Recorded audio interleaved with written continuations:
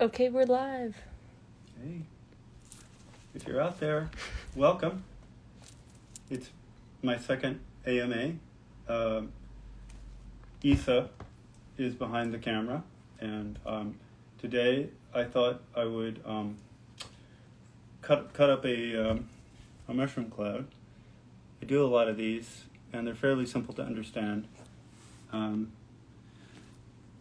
This one has sort of like a center column, two side sort of magenta things, and a bunch of dust storm at the bottom, and this middle band or this ring that goes around the center of it.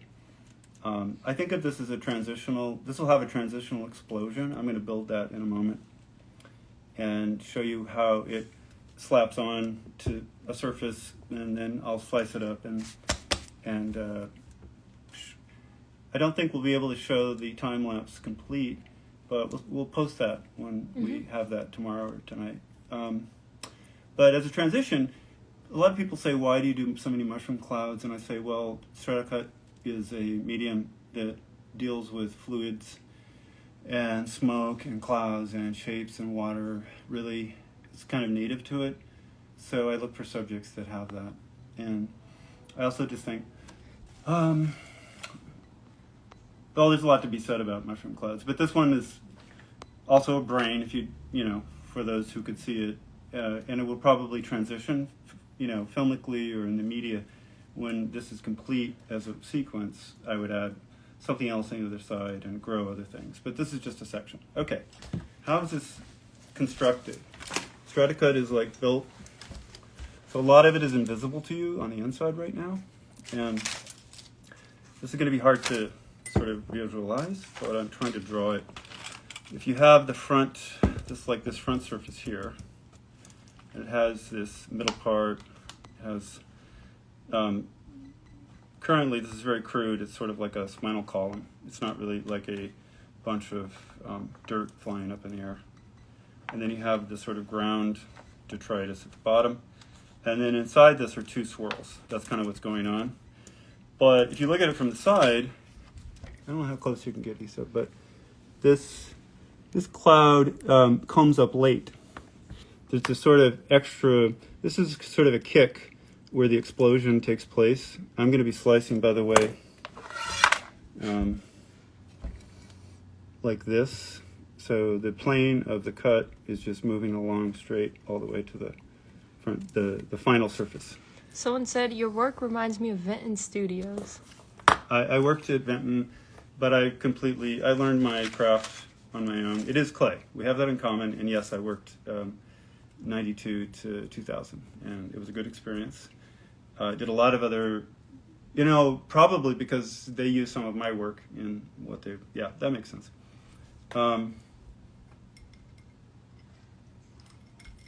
So I just wanted to point out that there's different rates of change. This rate of change is super fast. It's going kaboom fast. And then these other things are fading off more slowly.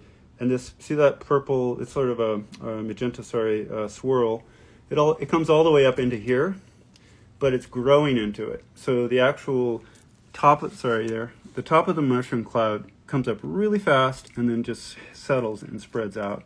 Whereas this cloud comes up and into it and then billows within it. I hope that makes some sense. And then this comes a little late, and this stays in the ground. And this is always moving upward. So that's basically the architecture. Maybe you should show them the angle that the camera's going to view it as. Yes. That'll probably help understand. Oh, from this angle. Sorry, yeah. And the slice will be like this all the way down. And it may take a half hour, maybe less. And once I get going, it's probably easier to answer questions. So right now I'm putting it onto a slightly larger sort of base block. And that's so I can actually slice the last slices like this without getting my knuckles hurt. So it elevated a little bit just for that purpose. All right. I wanted to add one more thing. I wanted to build this for you. I think explosions are one of the most interesting, fun things to build because it's kind of just a coin saucer shape, and I'm looking for my black. It has some, here, black. The shallower the angle of what you program into the clay block, the faster it spreads out. So even though this is sort of a beginning explosion, I can add other kinds of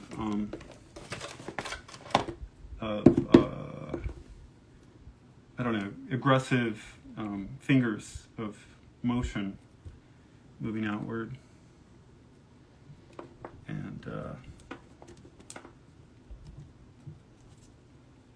And it doesn't have to be particularly good, as you can see. That's partly why I'm doing it, just adding this little bit for the demo, because it's not that tough. It's hard to get wrong. It's just a matter of how you want to design the motion shapes. So, for example, these things are spreading out super fast and dissipating.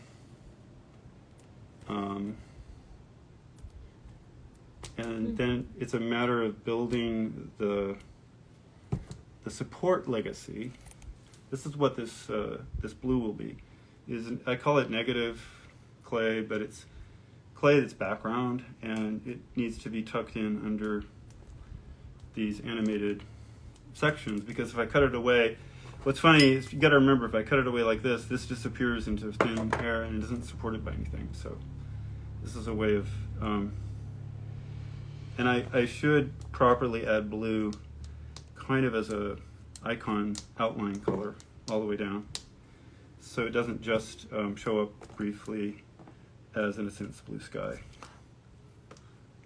And again, these that might affect the keying of the background. Oh, this is going to be a bitch to key, but I believe that keying has. I've seen some pretty sophisticated keys, so I'm abusing my professional knowledge to know that somebody with a very high-end machine will be able to whip it out quickly. But I don't know who that is, and I truthfully, it's always a drag to clean up stuff. But I'm preparing an art show, and have been for the better part of several months.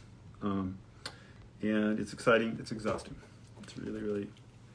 So to take time to do this seems like a really good thing to do, but I'm also...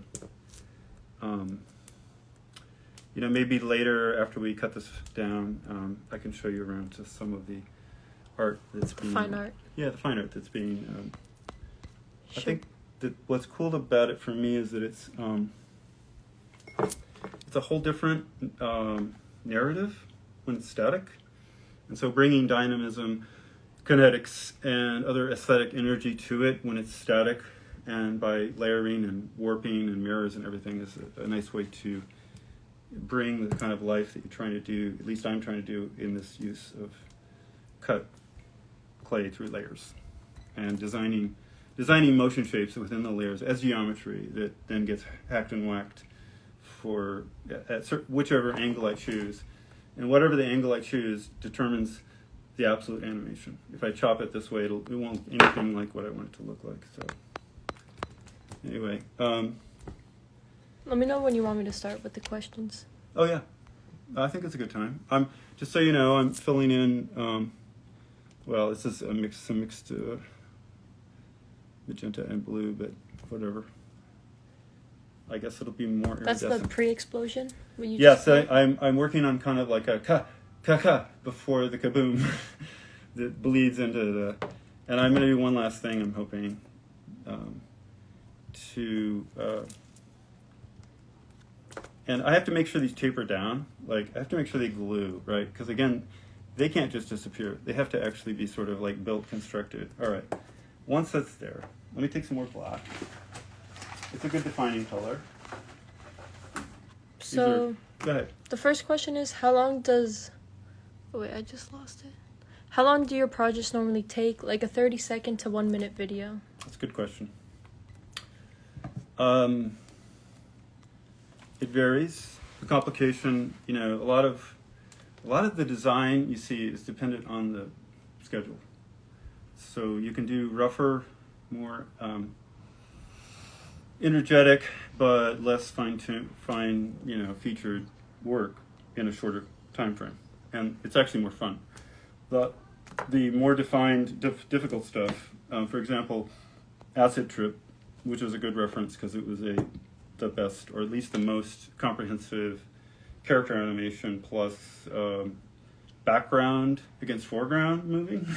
That's Well, the face melting into the skeleton for the viewers. Yes, right. Done for Gary and Mike, if you ever look it up, for their Fish Fry, Phish. So I didn't finish the answer. That took 6 weeks to build, and 1 week. It was 7 feet long, like 600 pounds, and it took 1 week to shoot because it was a giant guillotine, had to be set up, and it was this highly energetic device that was like a screw driving down a giant blade about this far. Because those were giant slices, and it's beyond my ability to control the knife. If I get that big, it just gets out of control. But Freaked is let's go to the other extreme. I don't know how we did it in 3 weeks, but we somehow shot, 2.5 minutes of title opening that never lets up, that just goes and goes, I love that stuff because it's the essence of like BuzzBox. The goal of that, my original instinct to do this stuff was to say, how fast is fast? How can I make faster not boring or not alienating? How do you make faster not alienating? And how do you make even faster than that? Somehow digestible, even though it's awkward for an audience to endure. And this, by the way, is 1980s thinking. The decades have gone by, and the rhythm at which I was operating in doing this original sort of seduction and abuse hypnotism thing in BuzzBox has now caught up, and I believe it's really just what I see everywhere. The medium became the message, right? That too much information is difficult for anybody to process, and therefore it's hard to make sense between commercials or all the ways that they're trying to seduce you or advertise to you versus all the difficult, life-threatening, important, world-changing horrors and possibilities that are going on right now that don't get a lot of time, don't get a lot of airspace because they're drowned out by all the noise. So, in a nutshell, Freaked, getting back, rewind, it was 3 weeks. Some commercials like Clearasil in 1998, jumping there, that took maybe 10 weeks. Damn. Commercials gave you a lot of time in the old days. Then there were reasonable budgets, so you could spend a lot of handwork time. But I can't. But by the way, you can't hire. It's really hard to scale this because there's no Stratacut, experts really, you can just say, hey, do this, this, and this, go. So, every project I take is really constricted because I can use a sous chef, like an assistant, but only about 2 or 3 of them to make all the pre-confectionery Textures. Yeah. Okay. I'm sorry, I didn't get to that. Another question is, how do you decide on what frame or pieces to choose as fine art versus the thousands of other frames you could choose? Wow. Excellent. And I say that a lot because I don't know. That's something to ponder.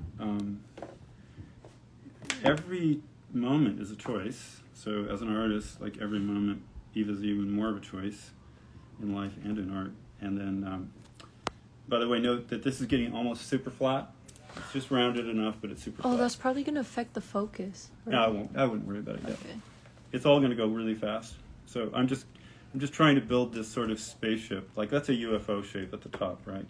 And that's kind of one of the most explosive shapes you can do in Stratacut. So the question was, how do you choose yeah, what frame to use for fine art? Man, well, I'd like to have about 20 or 30 things going on at once. Not by choice, but in your fine art. Yeah, like I'm working on give or take 30 pieces at once. Many of them get left for weeks, and then I come back to them. At least that's what I've been doing, preparing for the show. And so your mind subconsciously processes your first arrangement, and then you move it to another arrangement, and then you figure out another one.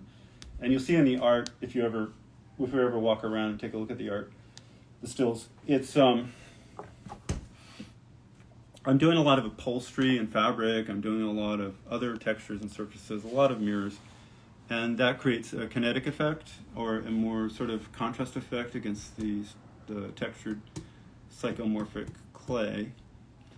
But I experiment with it, and I look at it, and then I live with it. I go back to it a couple of days later, and I just sort of decide.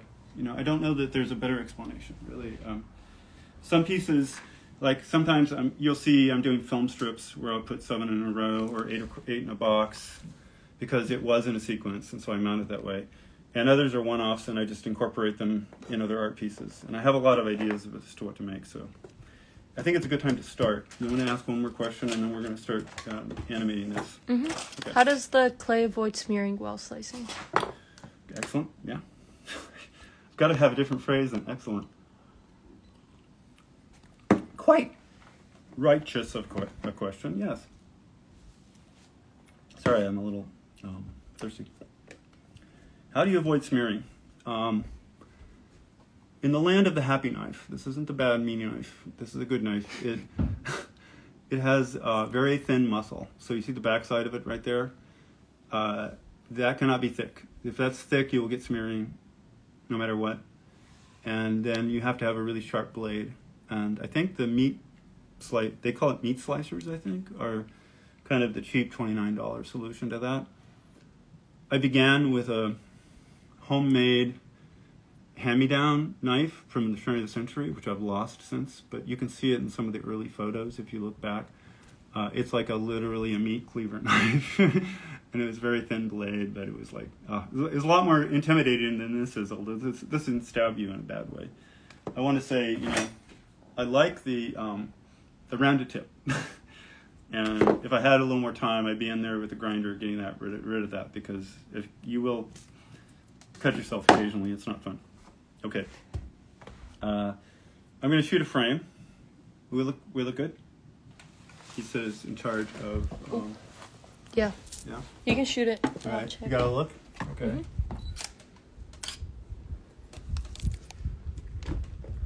And...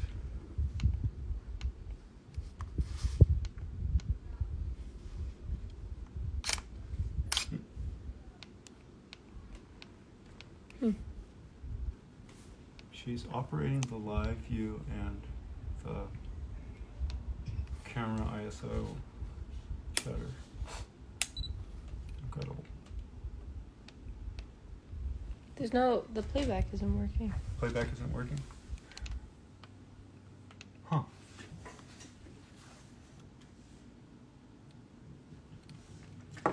Well, I will take you around while Isa figures that out.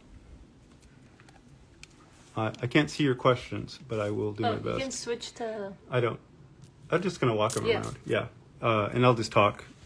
Maybe Isa can get that done in a brief amount. Oh, yeah, I see the questions down there. So this is the view from the other side. I'll be very soon. I'll do a quick walkthrough of some of the studio. And it's basically a house been converted into... way too much art. This is some of the pieces that I've been trying to mount. This is a dollar bill from Buzzbox. It was originally about a foot deep of slices, and it lasted, for a second and a half on screen. Very large. I mean, that's like 18 inches by 8 inches or something. It's ready. Okay. Isa has the camera going. This is from Acid Trip, and it's a sequence in time as he transforms. All right, handing it back. She's dancing. Thank you. Cool. All right, let me shoot one more. Confirmed? Mm-hmm. Okay, here we go. Now, remind me and everybody out there not to leave anything on the blue square. Now, this is going to be garbage math to hell anyway, but let's not make it harder for them. Cool. And remind me. Okay, here we go. Let me know when you want me to start asking more questions. Yeah, I think after the first slice, questions can begin. So what's great about explosions is it's just like, right off the bat. So that's one. Oh, here we go. Shoot. Got it. Got it? Okay. Any questions? Did psychedelics play a part in this style of art? Right. No and yes. I think I discovered it because I worked with clay since I was 5 years old. And when you're a child, you don't need psychedelics because you're already deeply in another universe and world. So that took? Mm-hmm. Okay, another slice. So you can see the explosions it's ginormous on the outer ring, but you see the inner rings are now floating. Yeah, I love the other side. When you say psychedelics, it's really not about that. It's about anything that takes you safely to the other side so you can see yourself differently and the world differently and understand that anything we live and abide by is a construction of a bunch of human beings. And therefore, you can get more deeply into art that's interesting, if that makes any sense. Sometimes that's psychedelic, sometimes it's impressionism, or sometimes it's expressionism. I mean, it's not all psychedelic. I wanted to pause and take one moment. Did I take that frame? No. Thank you for reminding me. And describe it as, you can always have more frames. So when in doubt, shoot Take another the one. frame. Okay. I would like to propose psychomorphic as a much better term, because in my mind, I think of the Delia, the Delic from the 60s posters as a hard edge of like a repeated art. It's like Art Nouveau with repeated edges. That's to me what 60s psychedelia looks like. And of course, there's so much other kinds of psychedelia, but this is psychomorphic, right? This is something that what's fun is people respond to it in an iconic way because it isn't like anything else. And so it needs its own word. That's what I'd say. Did I shoot this? I'm going to shoot another one just in case. Okay. I'll get a rhythm before long. I'm just giving you the exploding part. This is the part I added right before we went to cutting. What's the... Ready? Yeah. Go ahead. What's the smallest strata cut you've made? Excellent. Wow. Well, I made a lot of little boxes like the United States flag, and in BuzzBox there's all these little icons. Like I had a populated world full of branding, and the branding was both really consumerist and really militarist. It was sort of like going back between those two. And so, let me get it. Ready? Yes. And those objects were really tiny, and they didn't have a lot of animation in it. So I would say, something about this big. It's about the smallest I'd ever animate. And even then, I wouldn't do it very long. I generally work, in BuzzBox, I was working sort of at this scale. That's which is whatever that is, 4x2. And larger. I mean, like, I did huge things in BuzzBox as well, but excuse me, I'm going to shoot. Good. For the, what's the answer? Yeah, those are the smallest I ever did. The one thing I'd like to say is, ready? Click? Mm-hmm. Okay. Is when you start out, thank you for cleaning. When you start out, I shot that, didn't I? Mm-hmm. Okay. You don't have a lot of clay. So anybody beginning Stratacut is generally going to work small. And I did. I didn't have a lot of clay. And it chews through clay like a mother effer. And partially why I could work bigger is I got enough clay to do it, which is really rare for anybody with clay because it adds up. And Stratacut uses 10 times more in quantity than any kind of claymation. It's just it's a clay hog.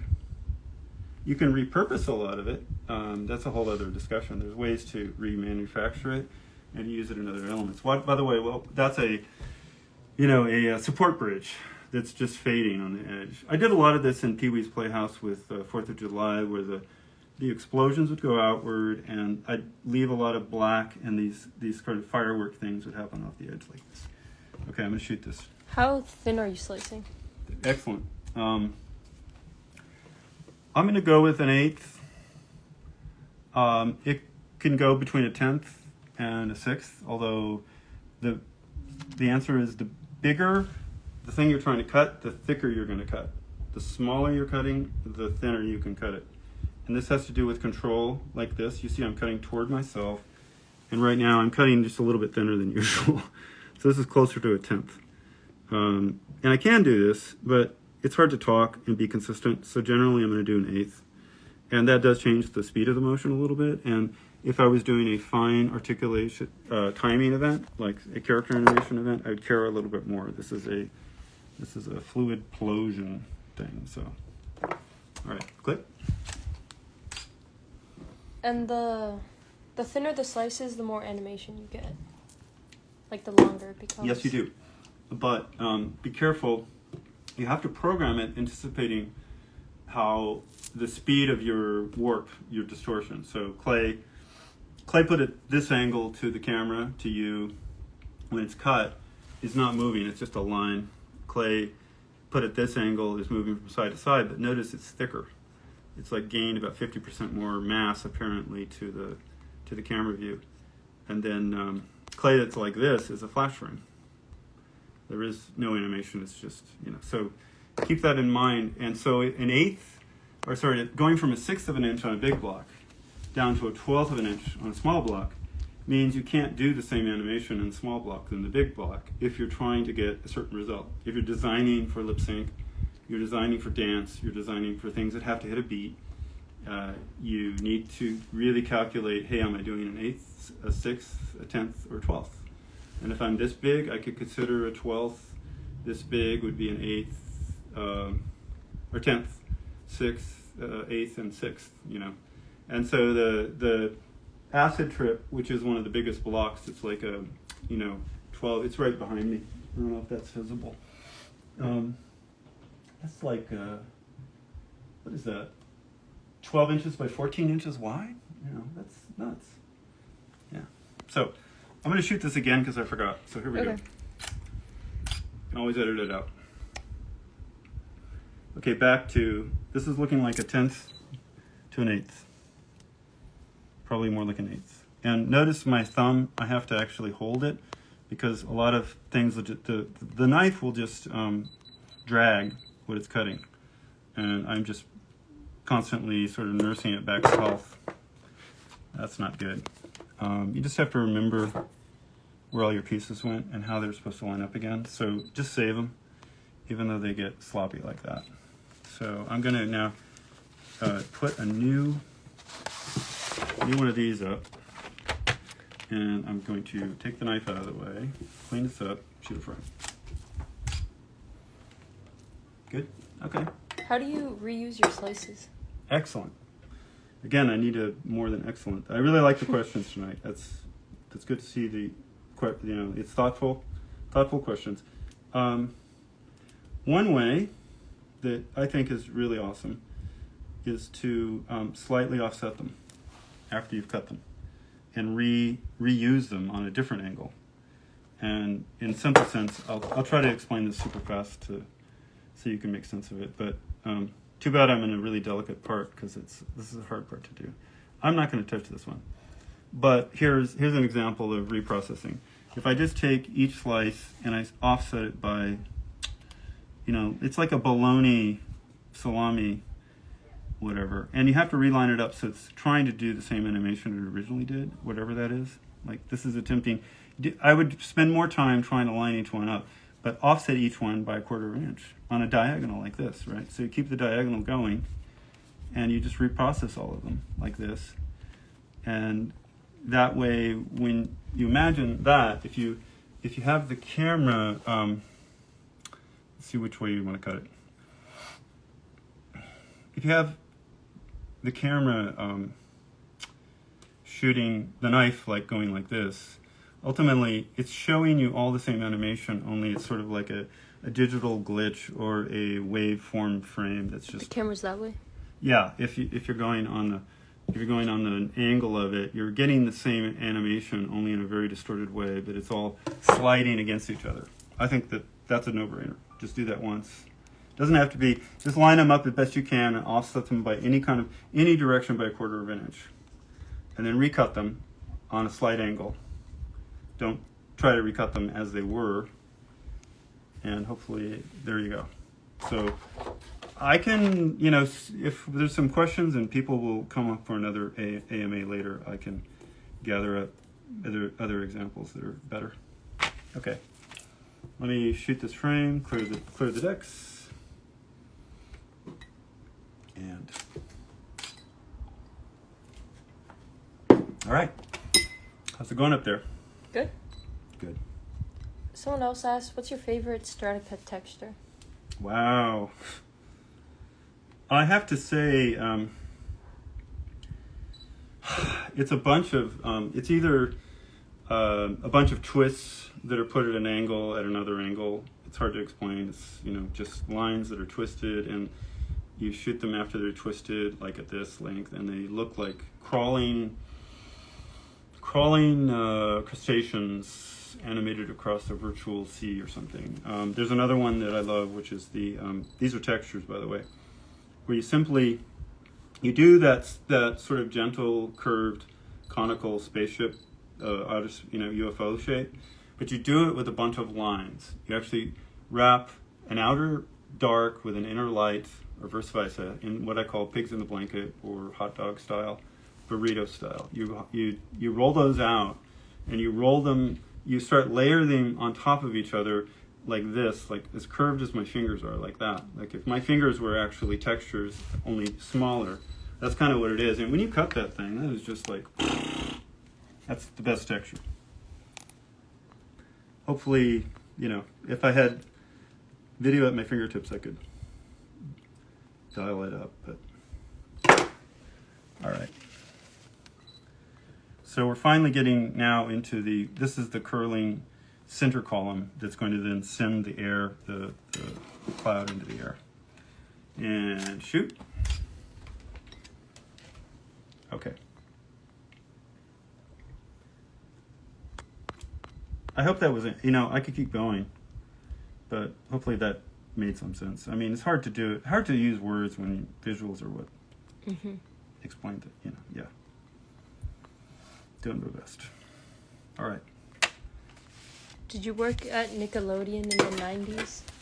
Yeah, I think there was MTV and Liquid TV, and I think I can't remember, but my work did get used and repurposed on different shows. So it's quite possible that it ended up on some kind of Nickelodeon, but I would say it's mostly other channels. But remind me. Perhaps I'm just not thinking about that particular one. I mean, everybody knows Pee-wee's Playhouse. I did, 2 years, first year, second year, and Peter Gabriel's Big Time, and then through the 80 and Sesame Street, actually, the 1 to 40 piece.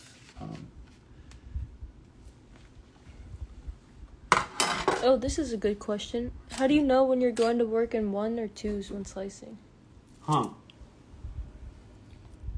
You know what? Always 1s. Choose to be 2s later. I'll shoot it again. Because you don't... Why would you... Oh, so just make it 2s after the fact. Just run it 50% slower. I think that Stratacut at three frames a second is actually ideal for sort of chill and bake or something when you're watching it. A lot of my work goes by way too fast, and sometimes that's for intentional effect, and sometimes it's just because the medium I'm in demands too much content. Like advertisements want to do a lot of things in 30 seconds, and so they force you to do all of them rather than slowing down and doing a few things. Ads do all of them in the short amount of time they have. So sometimes that's forced on me, but I think that AI, AGI, and other kinds of morph will enhancement will make the sort of fluid in-betweening of a Stratacut at 3 frames a second look absolutely tremendous. I am personally getting really excited by the possibility of seeing BuzzBox and other older Stratacuts come to life as 4K using the simple AGI, not general, sorry, AI, the AI, pardon me, and we'll shoot one.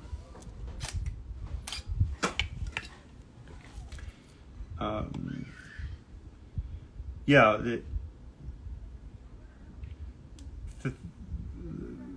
there's just an assortment of AIs that are compellingly amazing to create upscale, first to upscale and that's for my older work, I would hope, and then to in between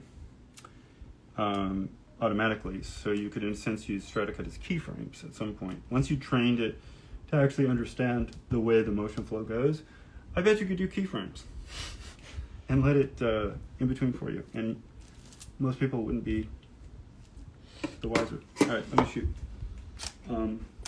And why are you cutting it horizontally instead of vertically? Okay. There are many ways to shoot it. A lot of times I cut it this way. But when I cut it this way, it's on a track. So if this was a Stratacut, I'm cutting my phone, ouch, ouch, ouch. It would be moving on a track like this, and the knife is coming down and revealing each slice going down. I do that for very long pieces, but for very short pieces, I prefer a piece that's only this tall even, as long as it can support its own weight without falling over. I like to shoot it this way because I'm in control in a more, I don't know, to me I have more control when I cut small things like this. When you're cutting this way, it's a whole different, we can shoot that, and I can show that to you at a different point. And it's as a necessity, you have to shoot that way. So here I have the option. I can shoot it either way, and I choose to do it this way. Also, this is a very simple setup, and I haven't spent a lot of time doing mechanical rigging, which I usually would do. And I use a lot of motion control on earlier Stratacut, so there's cameras flying, and they're all synced up with the flow.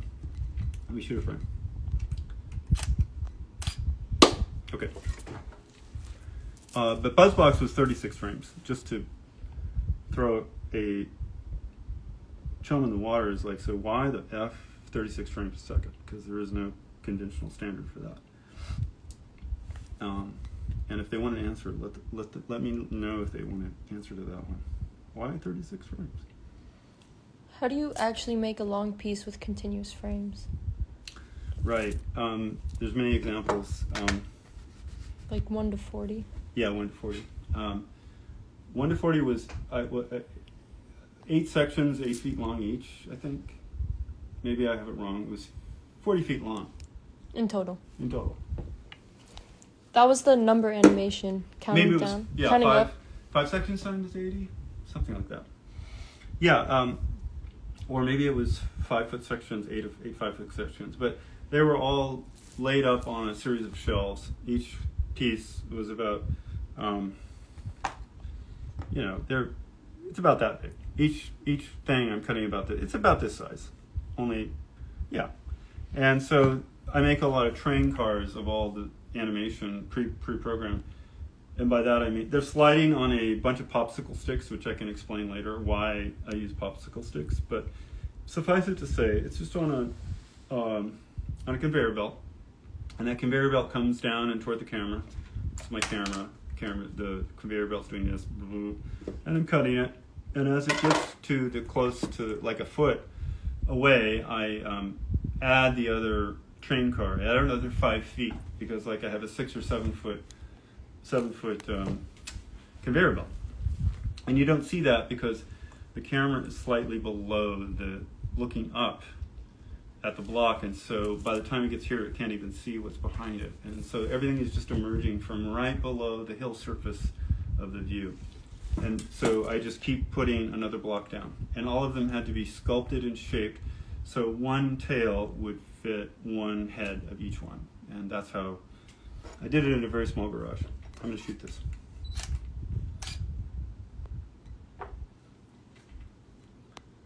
Why is BuzzBox 36 frames a second? How do you suggest one gets into this type of art? Stratacut specifically, wow.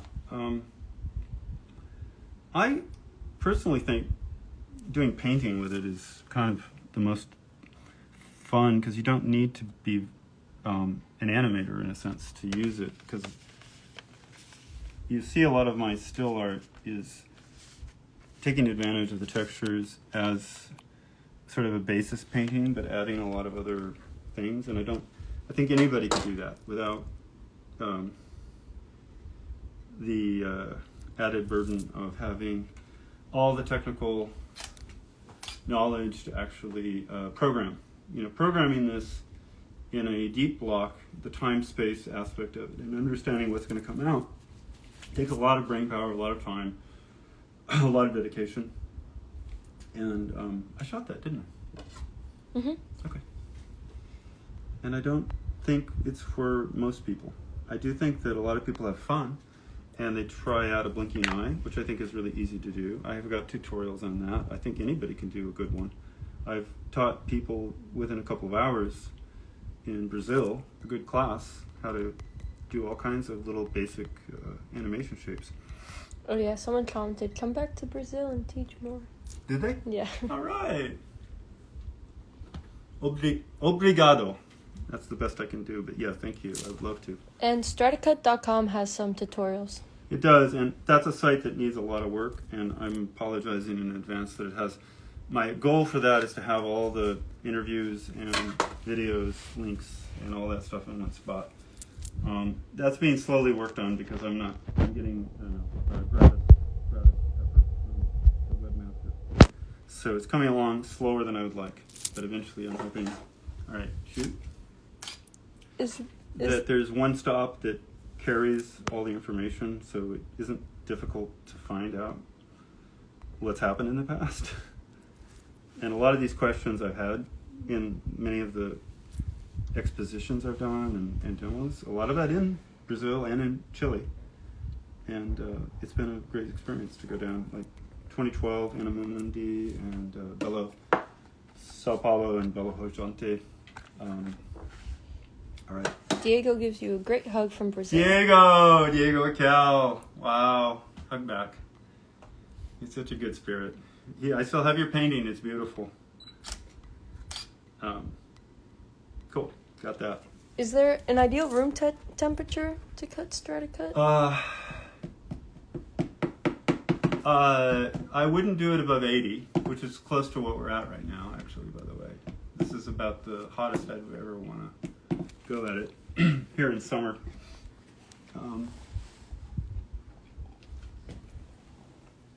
the reason is it gets a little slimy like that, like the knife and this piece got stuck. So I'm going to run this knife through my shirt and clean it off just enough that the goo and the oil is less.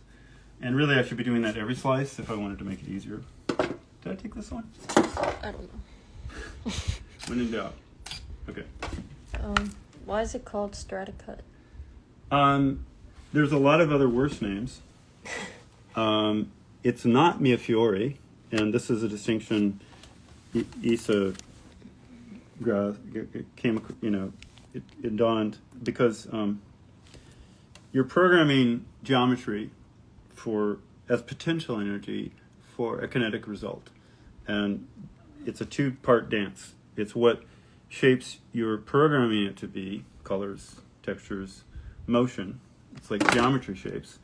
And then there's how angles at which you want to cut it. Right? That's really important. Like, well, I'm building it for one particular view. Remind me of the question. Why is it called Stratacut? Oh, yes. Well, I think slice art is a stupider name. I think so the Earth strata, really, I'm going to take a tangent here, but we're all dirt. Right, we're all dirt, and we all come from some place and inhabit inside our meat suits and our temporary bioorganism. But we're all visitors, and we're going to go back to being dirt. The Earth strata, when you cut like an open, you cut open a thunder egg, or you bulldoze. Imagine you bulldoze a mountain, and you do that in stop motion, right? And so you see it, and it's just the entire record of all that layering. The artist, the greatest artist in the world, the cosmos, has built that for you. I'm going to shoot it. Or tree rings, or any organic shape you want. This is like slow-moving, molten. It's like a molten kind of neon mud, but it holds itself. So strata is simply the programmable layers of geometry that have been designed to get a certain result. When they're cut, they're actually the strata of the Earth as you've designed them. Did I shoot this? Just in case. And it's hard to talk and actually concentrate. Yeah, I can't. I don't even know. Yeah, and Mia Fiore, on the other hand, caning, as it's Fimo beads, as it's called, right? All of that is just building a caning as a log that's extruded straight, roughly, and the amount of animation is just how distorted it is, how bad you are at the caning, really. How warpy your caning got, that's stratacut, really. That's the animation aspect. It's not the intent of the process. And with stratacut, the intent is the design. It's a motion language design, right? It is a very specific way to communicate sort of iconographic motion fluid cave paintings or something in time. I think of it as Plato's 4D cave. If anybody's familiar, many of you are, with Plato's cave, and there's the two-dimensional shadow puppet play that everybody chained inside the cave can only see, and they really don't understand the three-dimensional objects that are creating those shadows.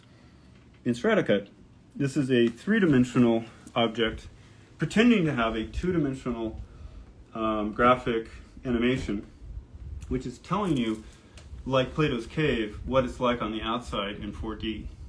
That to me is the essence of the metaphor that I love.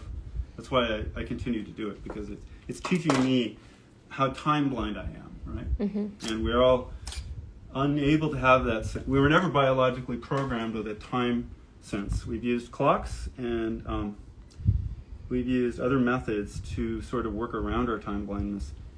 But a lot of waking up to the fact that so much time, sequencing of events, at least on a classical physics level, are fairly one way. On quantum physics, they're two-way, or they're spooky at a distance. But we were built and evolved from the dirt with the systems we needed, which are the five senses. It's only now that we've needed to understand time, because it's integrated with space, it's integrated with time flow, and we are all little spaghetti pieces. You imagine if you could see yourself moving through time, you would be this little squirmy spaghetti piece. It's kind of going here, bunching up there, going in loops, and then going back to this place and going there.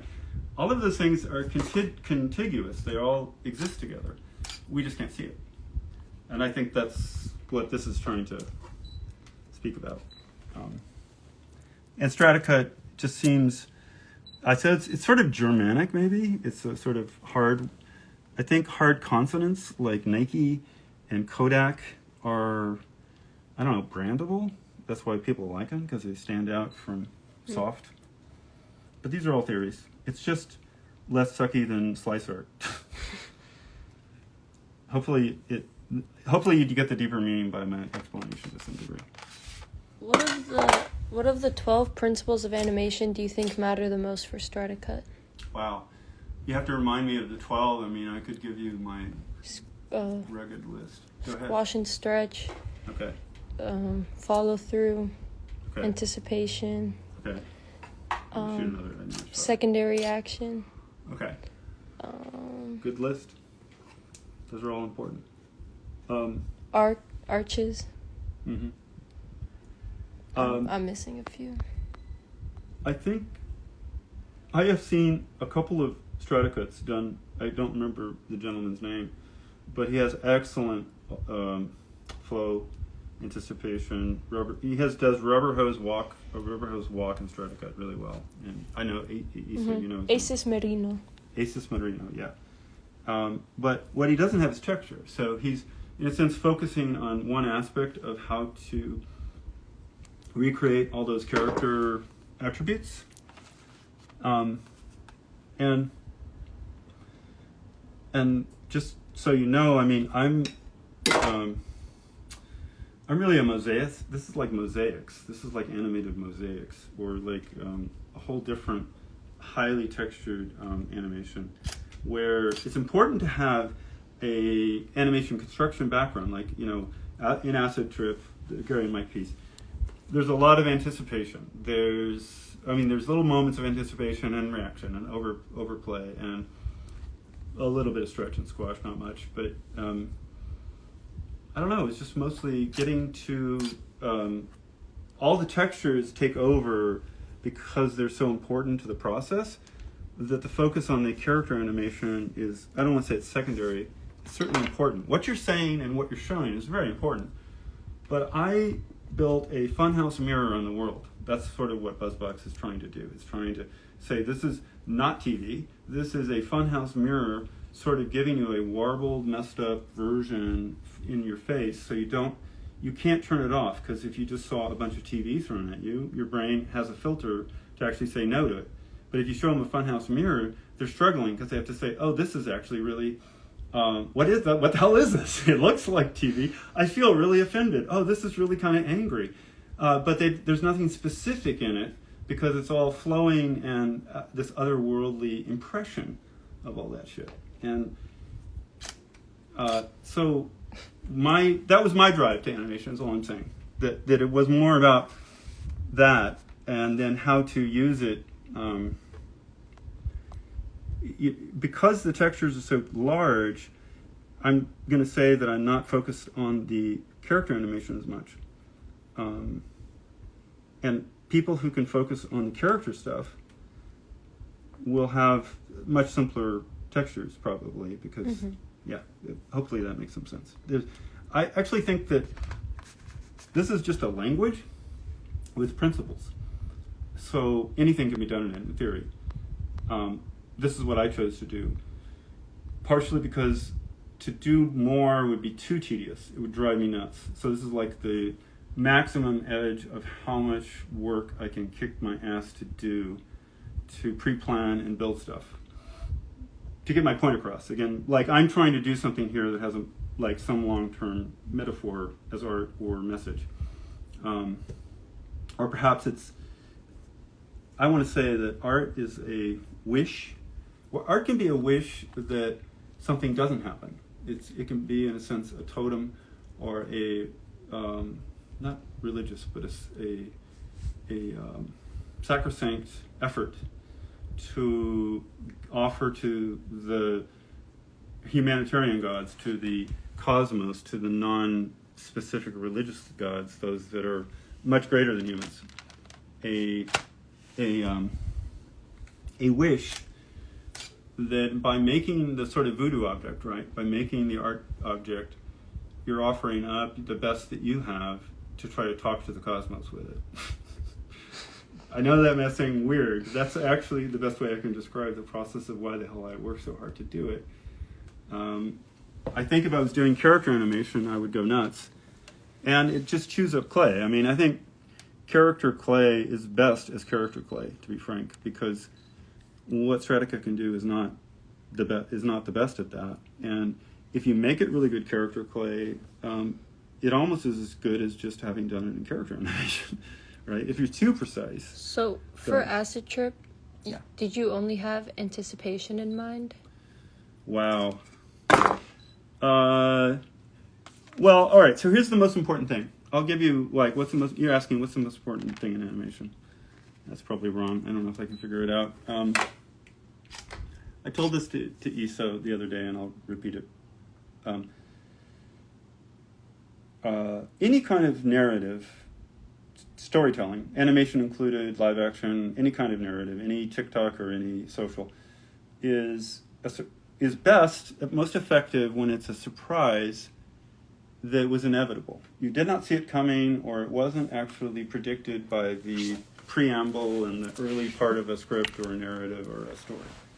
But then the twist comes and or the resolution, and then you look and you go, oh yes, that's of course how it had to end up.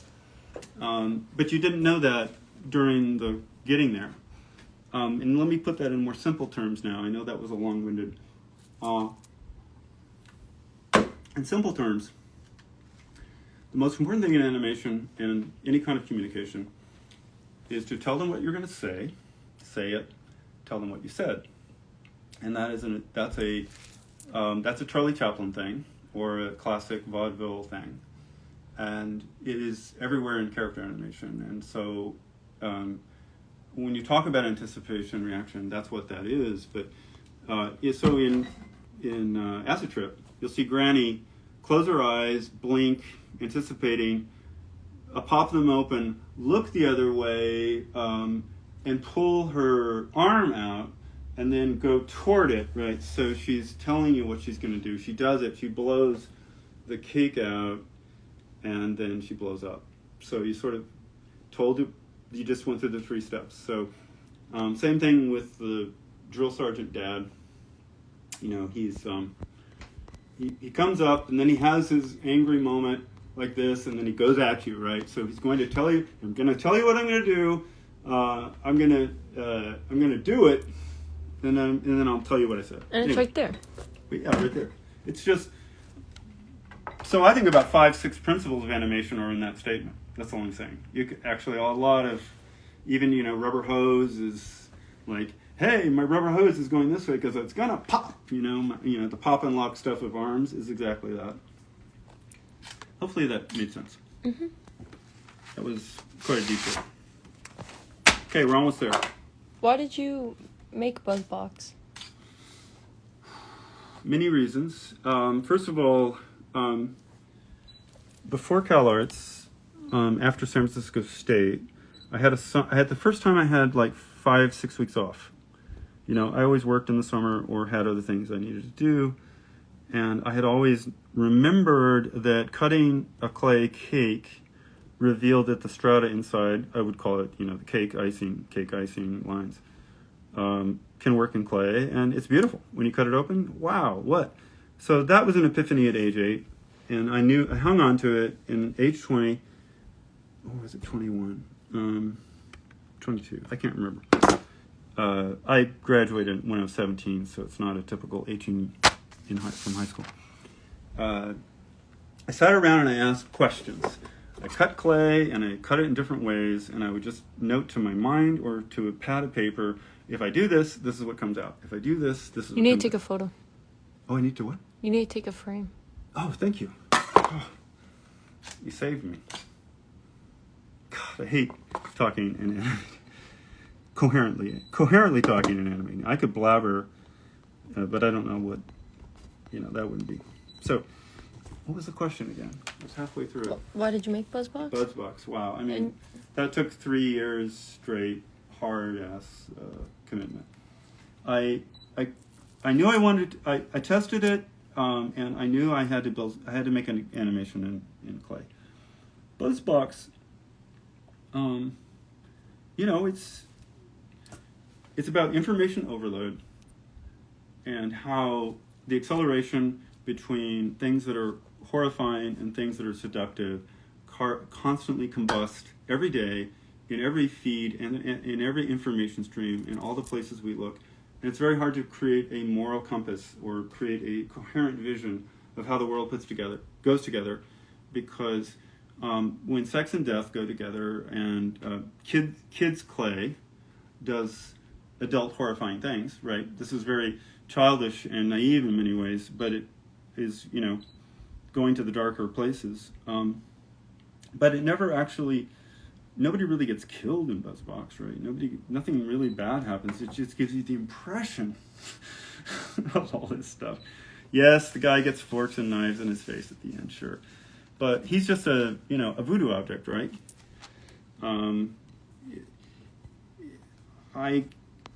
I I fear for the world, right? So I made BuzzBox because I feel that we're losing our ability to grasp information in a coherent, truthful, human-specific way.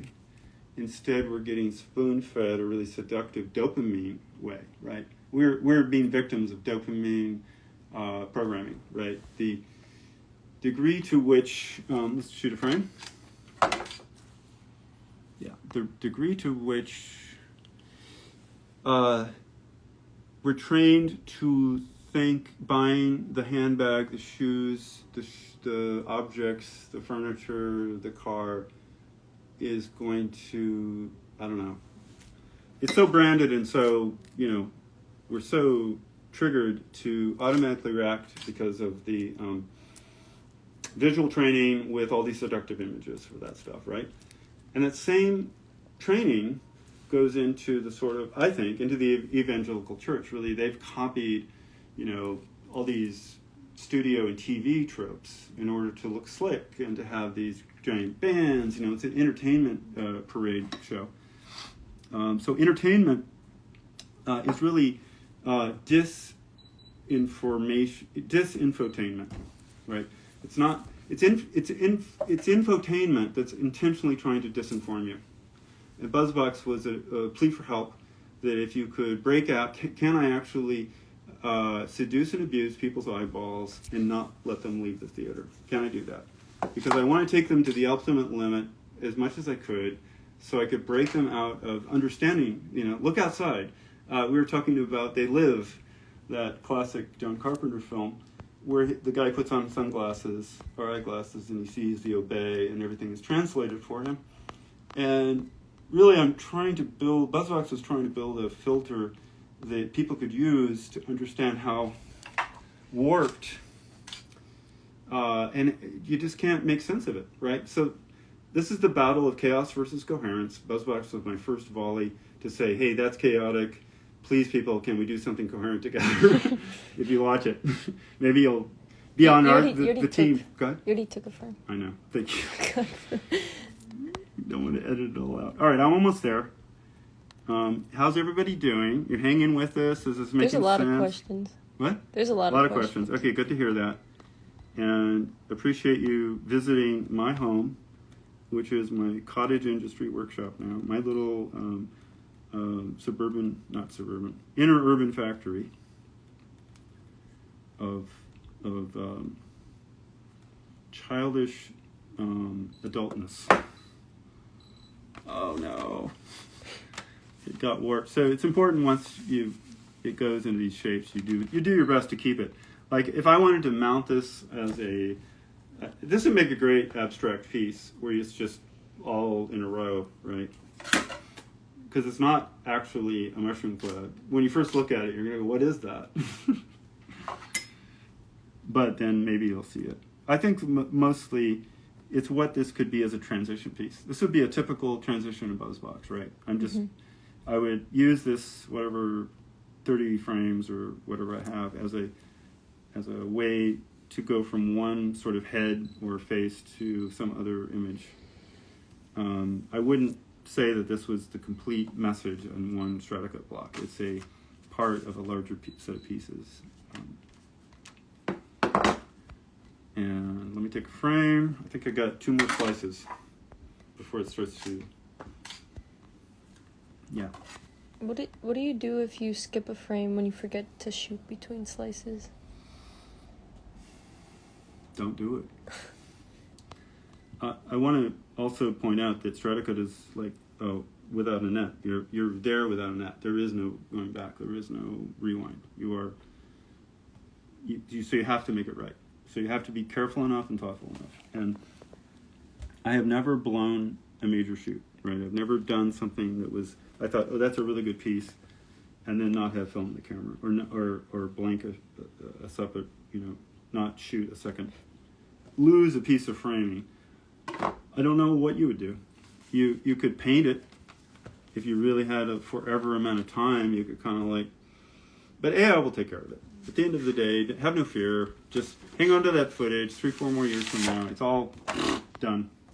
Seriously. And I know I'm being flippant, but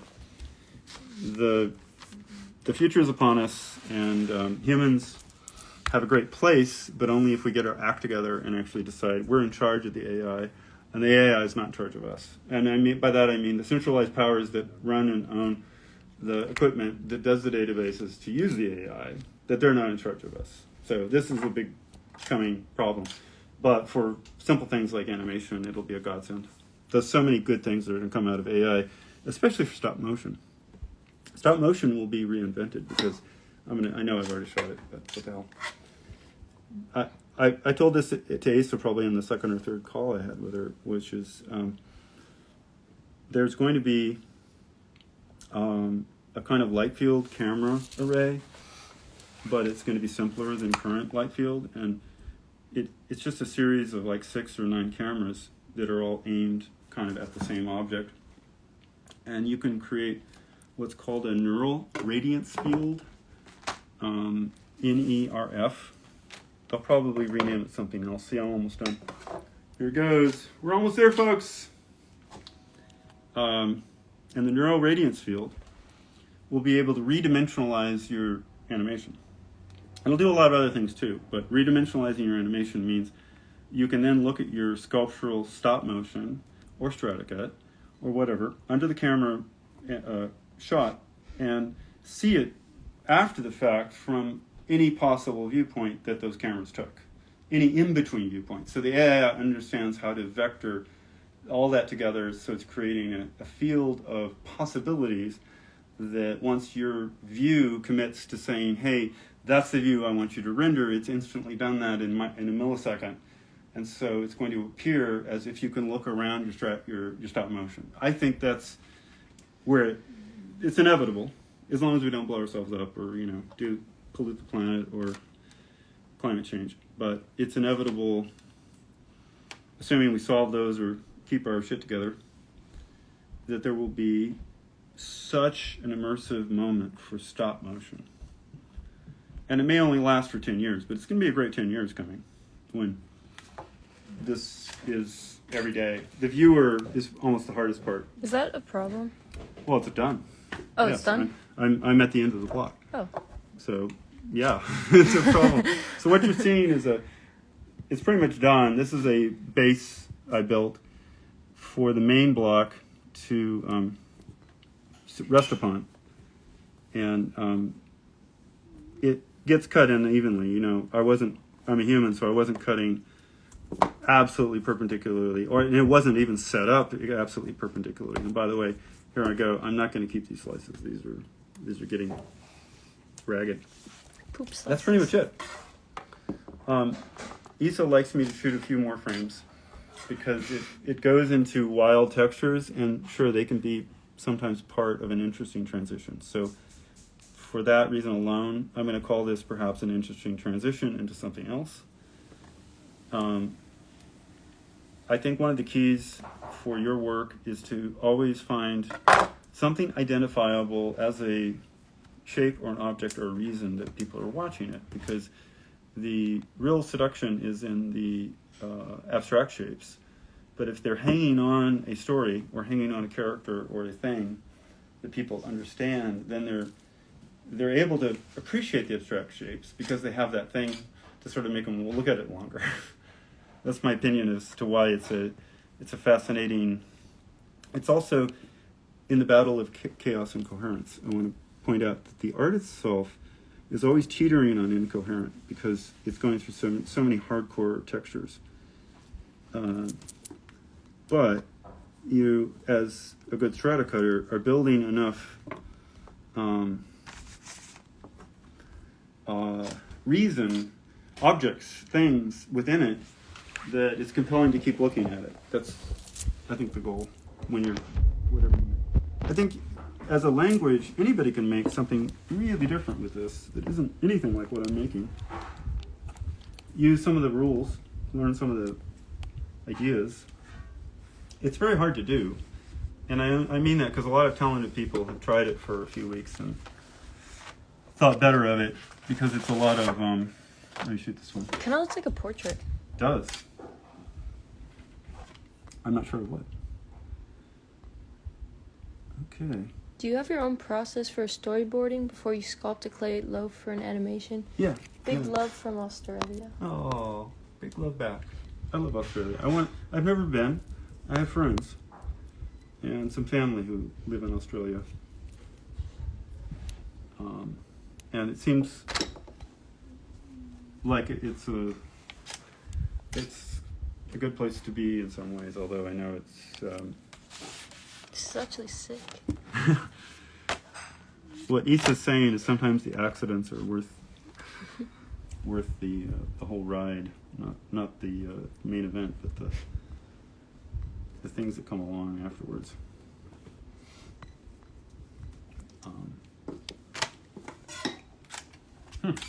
Who knew?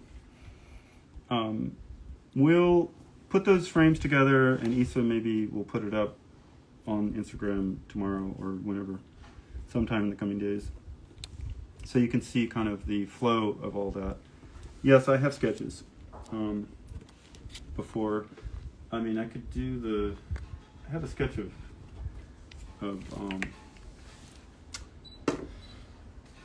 Golden Boy, the golden Trump baby Christ, but I don't know quite where they are right now, and I could draw some of them for you. I like to take a lot of material, 2 or 3 images, and consider what something's going to look like from different possibilities. I can show you some of those sketches like later. If you want to see, we can walk around, and there's some things that I could show. So the group who's watching needs to tell me.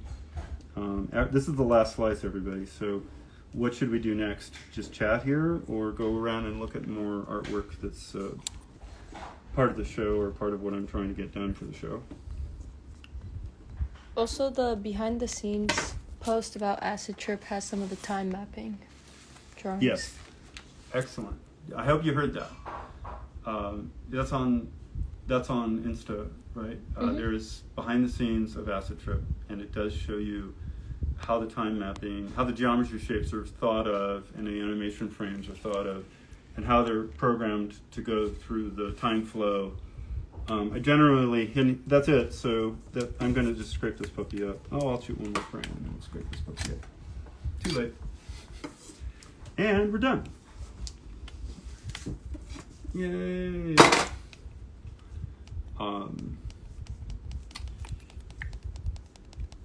Yeah. It's best to go into anything you're doing with a really clear map in your head of what you're trying to do.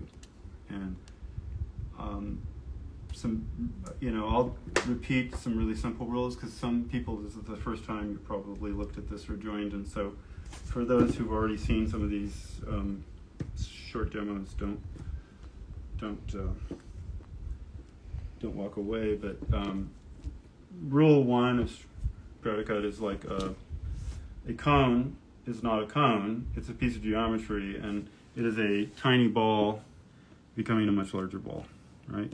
That is rule number 1. So you're beginning your Stratacut language tutorial. This is just the animation straight of a ball growing in size, circle. What other shapes? God, there's so many shapes.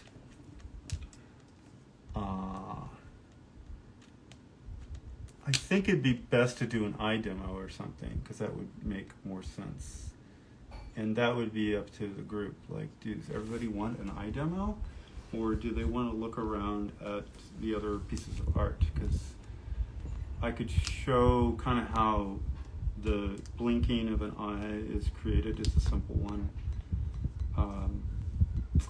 Or take a brief tour, which is kind of good right now, in fact. So let's look around a little bit, and if people want a further eye demo, I will come down and we'll sit back here and do some more. Cool. Okay. So around me, we're going to move some lights around, and around me are some of the pieces I'm working on. So hopefully they'll be done in time for 2 or 3 weeks. Was that okay, everybody? All right. Hopefully it was clear. I'm going to have a little water. Someone's asking, do you know what the guy says in the Honda commercial? Oh, wow. I know most of it. If I heard it, I could tell all of it to you. Like, if you ran that right now, I could tell you. I could exactly tell you, but... Oh, stop that. Yeah, stop it. Something like... But who wants practical? Like, he's saying, yes, a scooter is practical, but who wants practical? You can blah, blah, blah, blah, and if you don't like that, you can walk weasel. At the end of that diatribe. I feel bad that I can't. That's pretty good for 1987 Spot, and was that 35 years ago? If you can't figure it out, then walk weasel. Right. So it's truly obey. It's like they live. Like there's that one moment in a commercial where his inner id pops out and tells you exactly, like, if you're too stupid to understand how great these are, you can get off the fucking scooter and walk, right, or whatever. And I'll write out the text. That's the best thing is to listen to it, and I can tell you what that is later. All right. So I'm going to turn some lights around and awkwardly try to see a bit of the art that's here. How much can you see, Isa? Is the light just glaring, or is it any good? No, from this angle, it looks good. Okay. So for me, it glares a bit, but yeah, this was the backside of a $1 bill, so it's backwards. I'll flip it. This is like about 3 seconds in BuzzBox, or less. If the light goes through it. This is like almost 40 years old, this object. And there are I made a bigger dollar thing of just George Washington himself for another piece in BuzzBox. But the texture is animating. You know, the design of this is actually animating. It's not Mia Fiore, it's not straight cut. These things are moving, these things are moving down and up, and this is $1 is a 1970s. That's a sort of 1970s font, where it's a gradient font and it barely reads $1 from right there. These pieces fell out, and I tried to put them in sort of a resin. I don't know that it worked that well, but at least it's visible. And This is plexi. yeah, by the way. It's in 2 pieces of plexi. There's so many different you're going to see a lot of mounting methods if you come to the show, and maybe we'll show you a few, where it's 2-sided art. It's a very unique art form because it's 2-sided. Isa will show you the back side. Let me put my glass down. Okay. Here we go. So the back side is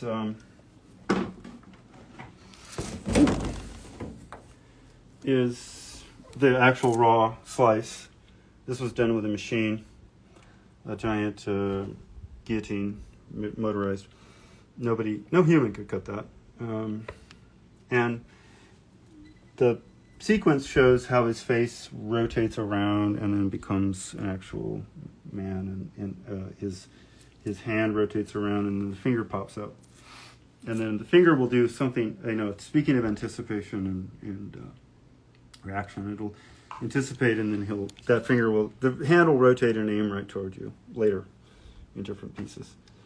I want to point also that the background has to be sculpted around the middle ground, so it's a very delicate thing to try to get a coherent American flag wrapping to become this, right, at the very end on the sequence. That all has to be pre-programmed, it's all stuck together in one slice ahead of time.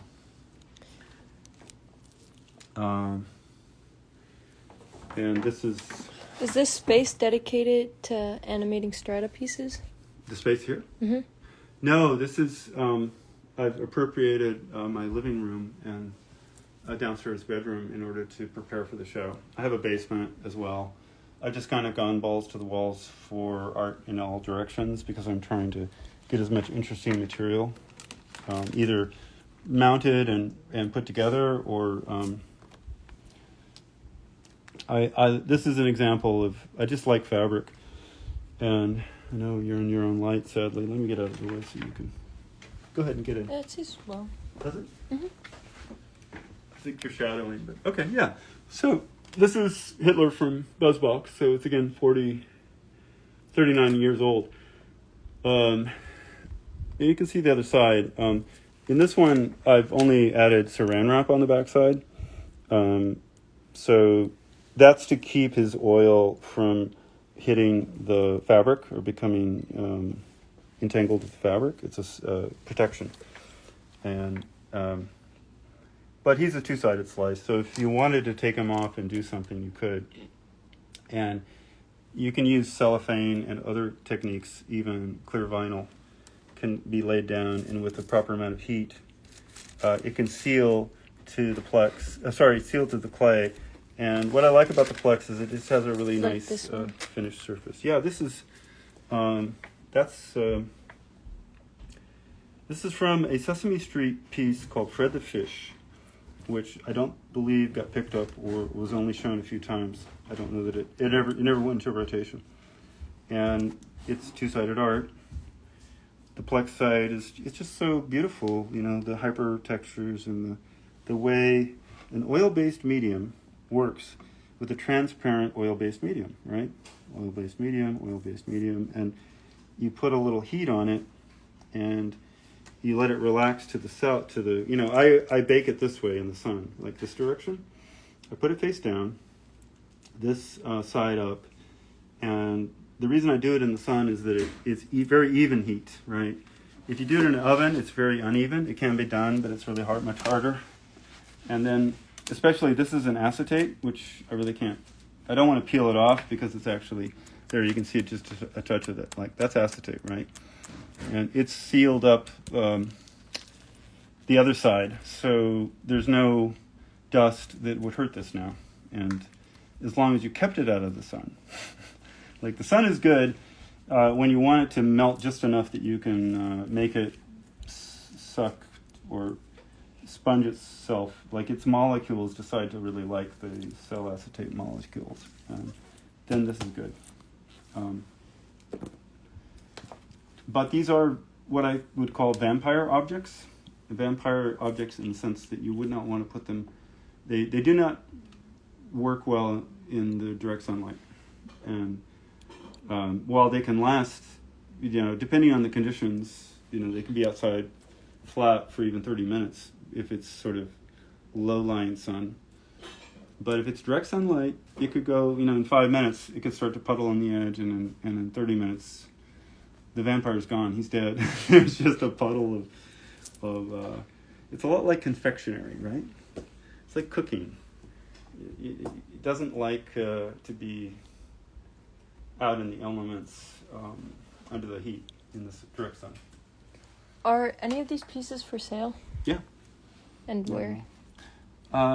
Thanks for asking. I'm looking forward to having people support me at some point. I'm hoping. It's hard to be a working artist, but I'd hope that's the case. And I'm having my first show in 36 years in Los Angeles at the Powhouse Gallery.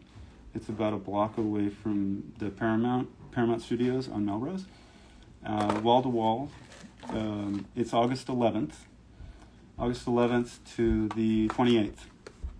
And after that show, I am working to get a website up, and then I'll be working to get a commerce site up after that, perhaps. You know, then I can maybe in October, November somehow actually have a direct sale method where you can see a piece and see its price and whatever. Try to and I appreciate that because it'll help me make more, and I have a lot to say, I think, and make if I have the time and chance to do it.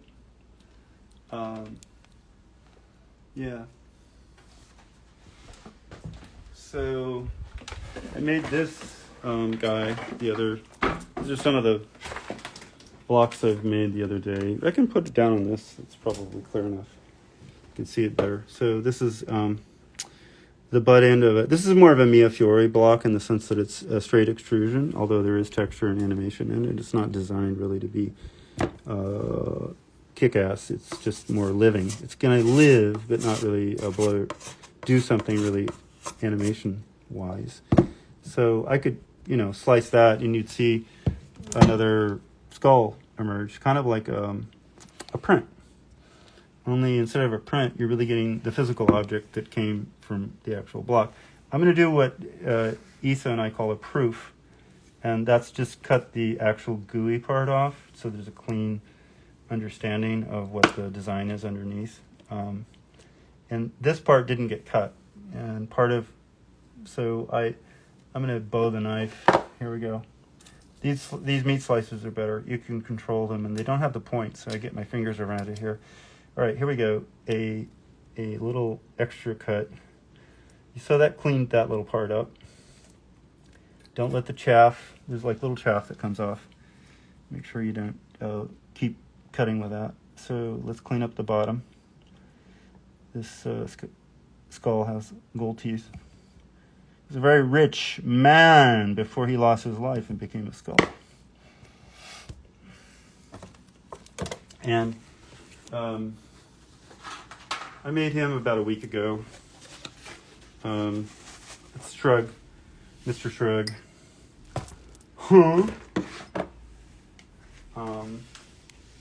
And it's sort of like a factory. It's not really a factory process because no two are alike. They're all completely individual because every morphic moment will be slightly different.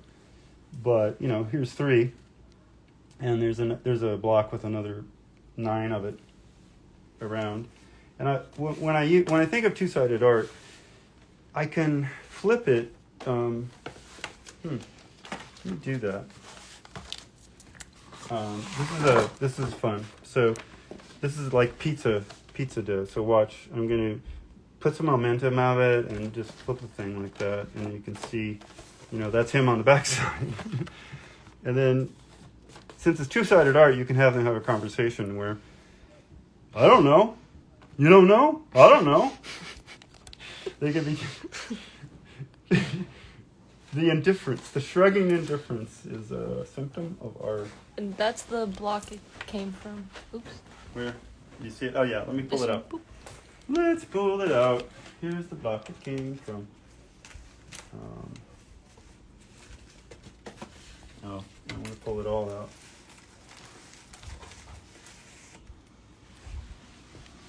So that's how thick is left. So he was about 1/3 taller when he began, and I could get 9, maybe 8 slices out of this one. Hard to say. This is a digital skull I worked on 4 days ago, just completely digitally fritzed. I was going to have, the reason I'm doing that many skulls, there's many reasons, but I want to have 4 different skulls in one painting having a zoom call. So they have to be 4 different types of skulls to do that. So I've got all the skulls I need. I just have to finish the art that has them all talking to each other with modern methods. Here's another one I built, I don't know, a week ago. Do you have any freaked slices? Oh, yeah. Got lots of freaked. But actually, truthfully, I have the title. I should say I have a good assortment of freak title sequence. I think I have almost all of it. I don't have any from. Sorry, this is maybe that's a cleaner side. I haven't cut her yet for slices. These are just a proof. So the slice will get better one cut in. Right. This is not even one cut in.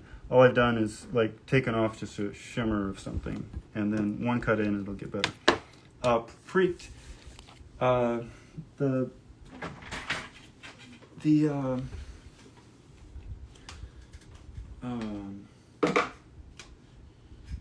process of making Freaked was so fast. It was 3 weeks, and in 3 weeks, it's very hard to keep the artwork you're making. A lot of those pieces of artwork were destroyed in the process of animating, right? Because In order to make 2 minutes happen, Stratacut is just like 1/3 of that.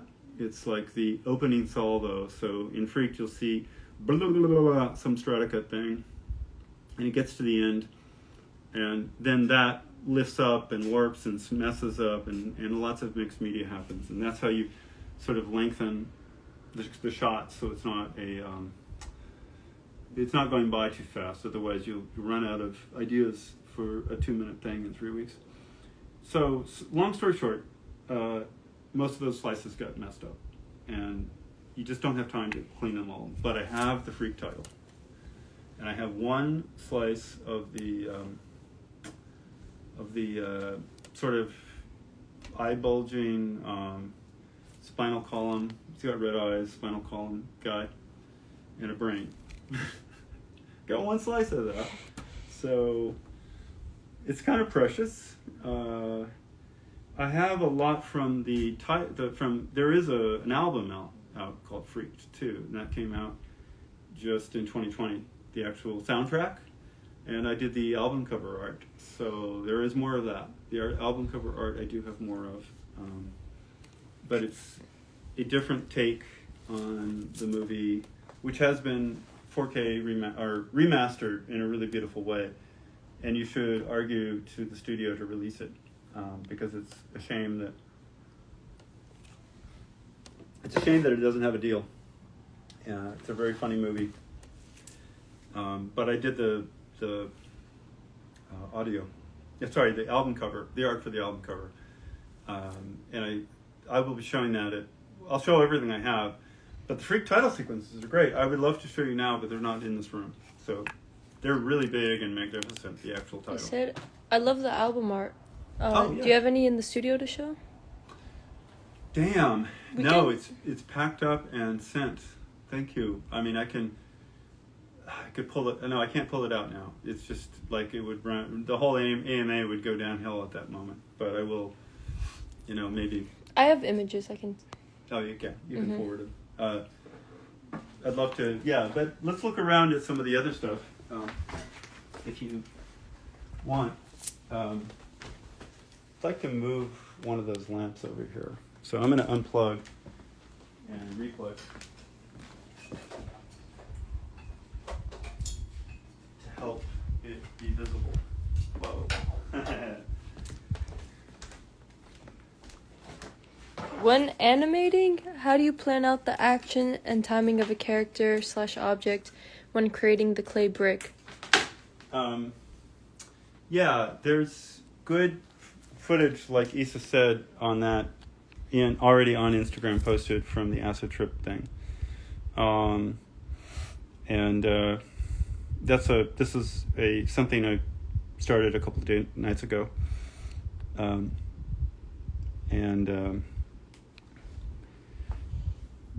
It's part of why I wanted to do it is it has a lot of This was done in like 40 minutes? No, I thought it was an hour and a half, 2 hours. It took a while, but I'm fast. I had a sketch, but I wanted to add this, which is not this face, but I wanted to add some. I still haven't added a giant. What do you call that? A spleef? There's some technical word for a giant. Spliff is with tobacco. Spliff. Oh, never mind. So, shows you how much I know. But so what I think is interesting here, the reason I showed it as in process is that I'm blocking out his fingers here. If you can see the way the fingernails are going over the giant rolling paper, and then but I wanted to do it because Straticut's really good with smoke. So these are preliminary ideas for smoke, but I think it's all too much. It's very hard to balance too many things going on unless you're really just trying to go further. So I'm reconsidering whether I should simplify the background. And I haven't decided yet. So I was in the store today, and this is like a drum material. People put this on their drums. So I'm asking myself, well, would that if I simplify the background and put that, then is that more complementary to the Stratacut in a sense that it is a texture difference? And so, what is, he's super high certainly, but he's in this different kind of haze. I don't know. And then I did want to say that I would probably not do colored. Having done this, I don't think I'd do color smoke. There's just too much color. Too much color here, and here, this kind of gray smoke would make perfect sense as well, right? It would work with the pearlescent. So that's me thinking it out loud. I don't know what the answer is going to be. Did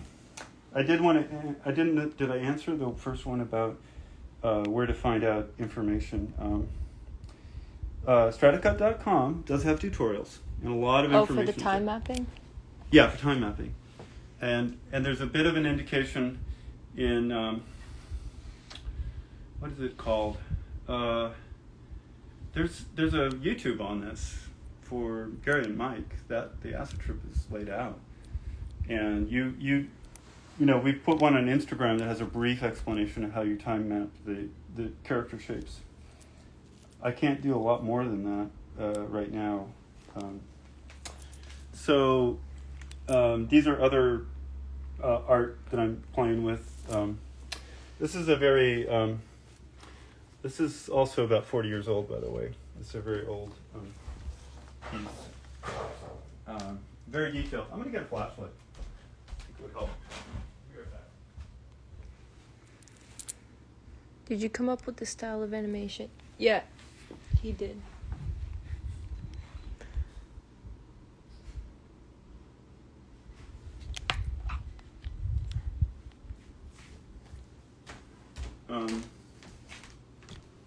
I don't know. Okay. Does this help you see it? I mean, there's a lot going on in this. You really have to get some understanding of. Yeah, you need a bashlight. It's kind of perfect for. A bashlight is perfect for the subject, right? Because it's like this is a terrifyingly detailed automotive decapitation. Just horrifying. Here's the roadway. These are the where my finger is. These are the stripes of the roadway moving down. His feet is up here, but his head is down there. His spinal column has come out of his shirt because it's been done through the steering wheel. This is all horrifying, by the way. It's not like I like this. I don't know why. I just and same thing with her. She's been severed. Her top is here, but her neck is down here. She's still holding. God, what is she holding in her hand? Is it a hairbrush? Or is it looks like one. Yeah. She was in the middle of combing her hair when all this badness happened. And that's the axle of the wheel. The two axles are broken. That's the driver's seat. This is fallen off, but it used to be a stick shift. Oh, no. Mazel tov. Yikes. In the other room, a glass broke. This was a steering wheel. Sorry, not a steering wheel. This was a stick shift. So it had that characteristic, the H pattern on it that stick shifts have. It helps identify the car better. It's not there from... It's the only thing that's missing, mostly, except I'm not sure what this is, other than Isa thinks it's pretty cool because it's just two stumps of two screws. I think it might have been her hand or something, some object. Anyway, that's a tough piece. For on lighter fare, I love funhouse mirrors. I was born on Halloween, and I have lived the Halloween life, I guess. And the way in which Stratacut distorts has always been fascinating to me. How long does it usually take for you to figure out the exact color and pigment placement when creating a face? That's a great question. For example, this is only one. This is all literally, I call it clay painting. Really, it's literally, it's not Stratacut. So this took, I guess, 2 hours. The toughest thing was how far to go with it, because it's pretty weird. I really enjoyed the fact that the same texture that made this also, when you cut it at a different angle, became that. So it was a way to sort of say, his mind or his brain is becoming electrically active while his face is whatever. How long does it take to theorize that? Well, let's go over to this guy. They haven't seen this yet. No, haven't seen this yet. So this, I've been mulling this in the back of my mind for a while. I knew that I wanted him to be fleshy, blobby, sort of pale white. So a lot of the whites are trying to be either oily or reflective, depending on if it's in this face or down here, or just to bring whatever's in the Caucasian to a really super fatty, pale Caucasian. So there's only 2 pieces of orange. There's one giant lump of orange up here and a tiny bit of a little orange right there. And he's hanging on the Trump logo T in a fake gilded gold cross. And it's got the best I can do for a little white power on one side, and he's giving you the threat, like if you don't behave and don't, something bad's going to happen to you. That's the kind of, but here I am being crucified. I'm the martyr. I'm the one who's always, everybody's, out for me. I'm the only one who can save you from American carnage and whatever other BS he's trying to make you afraid of, and then giving you the answer that he's been elevated as a Christ-like figure by the cult of fanatics who have he's allowed to be unleashed because they don't want a lot of things, and we can talk about what those things are, but it unifies them to have somebody who's willing to just bash in the door and do bullshit, because it's sort of like it's chaos and coherence. This is the battle of chaos, and he is the leader of the chaos army, and it's up to us to figure out how to be coherent. That's from BuzzBox. This is the three slices from the satellite dish. Now, in 1982 or 3, when I made that was sort of the size of a satellite dish to a house. People had private satellite dishes, but they were huge. And now, so the house is very small compared to it, but I think it's kind of funny. Yeah, because we moved around. It's back. Okay. So... Do you have a personal favorite geometric shape to use in your blocks? Yes. Can we... I want to move to the other... See if they can see the other room. I'm going to show you one thing before I answer that question. Because I'm trying to walk you through stuff I'm working on. I will get back to your question. Favorite geometric shape. This is like an example of the Granny and the acid trip. It's being worked on. This is all cell acetate on Plex.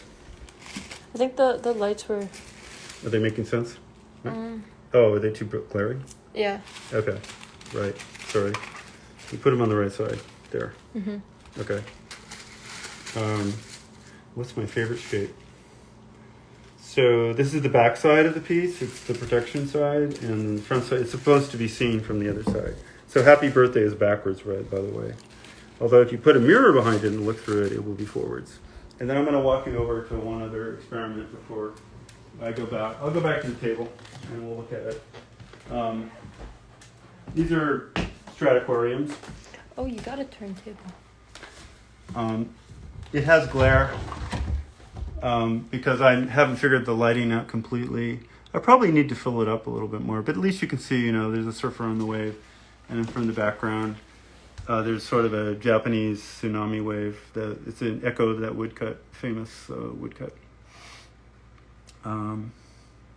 Yeah, you have to be down. I'm going to put these on a box so they're much larger. So, yeah, this Stradiquarium is I like this one because it has that background, and it really allows you to sort of create a dimensional, I don't know, it's like an underwater canvas, and it makes everything different. That makes the clay look really weird and interesting.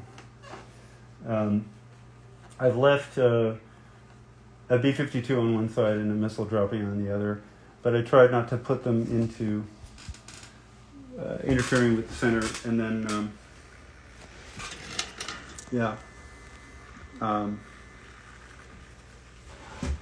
and then I was going to show you this one, which probably could use more light from here, which is it's the Shrug guy, and he's seen the Bitcoin melted and the Ethereum's got melted, but he's also watched the Terra Luna really melt. And this is there we go. That's light on the front side. What's actually the clay that creates the effect on the back side. You know, I know that's not my favorite shape of Stradicut, and I should answer that, but so. Are you gonna sell these Stradiquariums? Absolutely. If anybody can understand that these are more interesting to look at than a lot of art. They really like them. They do? Mm-hmm. Yeah. It's like another love where distortions are, it's a different way to distort the work. I quickly, this is from the Clearasil Spot, 1988.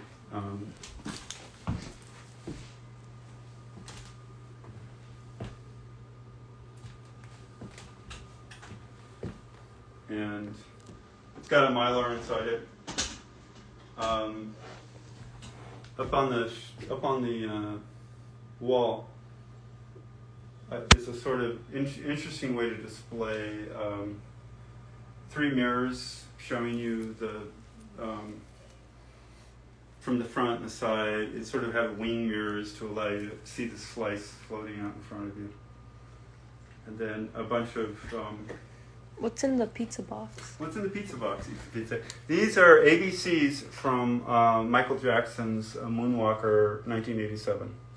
So these were shot in reverse, cut up pieces. He's singing ABC, it's easy as 1, 2, 3. And that's Pee Wee's Playhouse. It's a sad thing.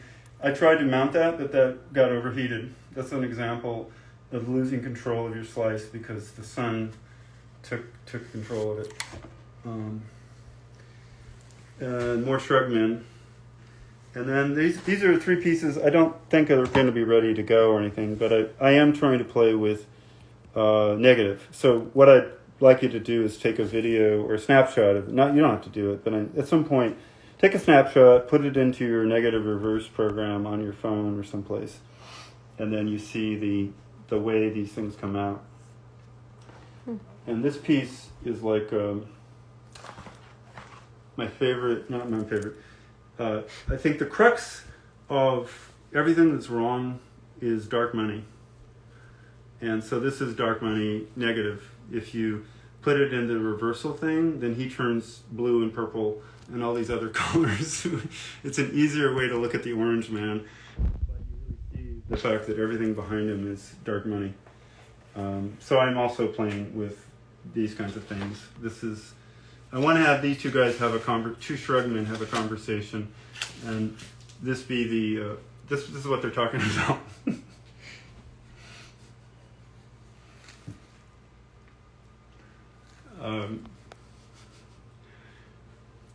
Go figure.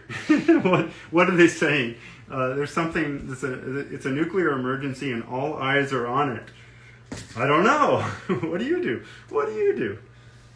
All right. And there's some other things. So we'll go back to the table and talk about. Just show them this side. Oh yeah. What was it like having a show at the kitchen? That's a great question. So that's two questions I have to answer. There is a video of that show. It's not great quality. First, it's an honor, right? It's an honor in 1986. 7. Yeah, it was at age 7. Oh yeah, this is from Clarissel as well. It's easier to see like the background. I'm just trying to give some light, so it's important they're lit well enough that you can actually see the two-sidedness of the whole experience. Mm-hmm. And then this is the down here. Sorry, I just want to show them. I'm trying to use these. This is the block that it came from, and this shows you repurposed Stratacut. Each one of these is a slice, but you can see they were slapped back together in time, and so they became all choppy. It's kind of like a film strip that's popping. She's being repurposed in that block. But I like that little kiss there. It's really good. Do you have any eyes from BuzzBox still? The plastic ones? Oh, the eyes. Damn, yeah. I do, but it's on a larger piece. Let's go back. Yeah, the live is going to be saved. Someone's Okay. asking. Yeah, I do. I'm going to sit down and just talk now, because I think I spent a bunch of information, and hopefully everybody's had a chance to get the hang of all this and see the Strataquariums.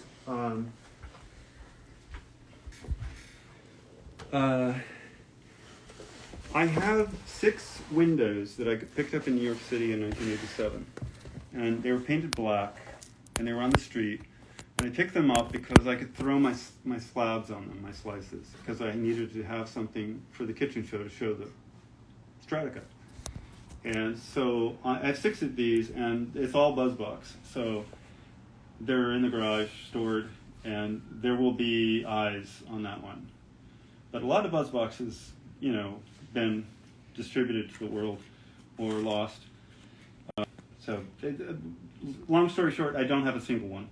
What I have is probably multiples on a single pane with a bunch of other stuff on it. To sell it, but it goes with a larger piece in a sense, right? I've used it in a larger piece of work. So it's not individual. I have two individual Blabbercasters still. And I sold one of them just the other day to a good fan in Canada. He's the one who asked if you have any eyes. Hey. Yeah, that's funny. Long story, no, I don't have singles. And it gets more pricey. Once you're actually putting the whole collection of art on there, nobody's ever going to make it again. That stuff is what it is. I'm making new stuff because it's probably more affordable, and I can give you singles, right? Yeah. So the question was, what's my favorite shape in there's a lot of them.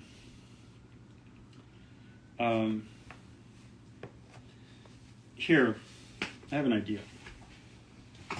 This was not in the plan, but I'm going to show you my favorite shape. No. There's a lot of boxes. Oh, here it is.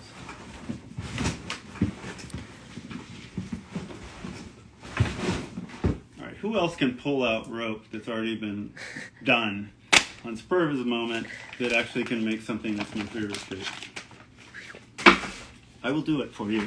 How many people are still there? 2, 9, 100? Whoever you are, thank you. I'm back. So I'm going to show you my favorite shape on the fly. This is the easiest way to have something just kick ass. Takes no effort.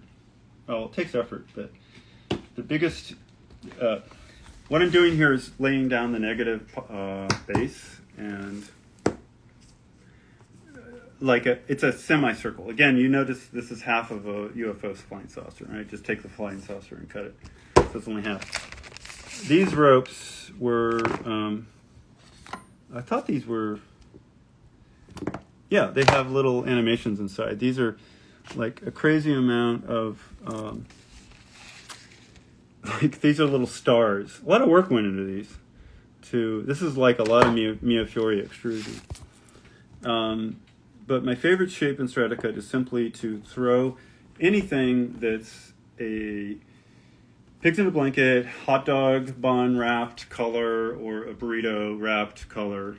And this happens to be a really too nice. I'll show you what I mean. Pigs in a blanket. It's a simple color inside a color. It's a tube. This is so I've got two colors going on here. If I want, I can have three colors. Look, I'm adding a third color as a wrap.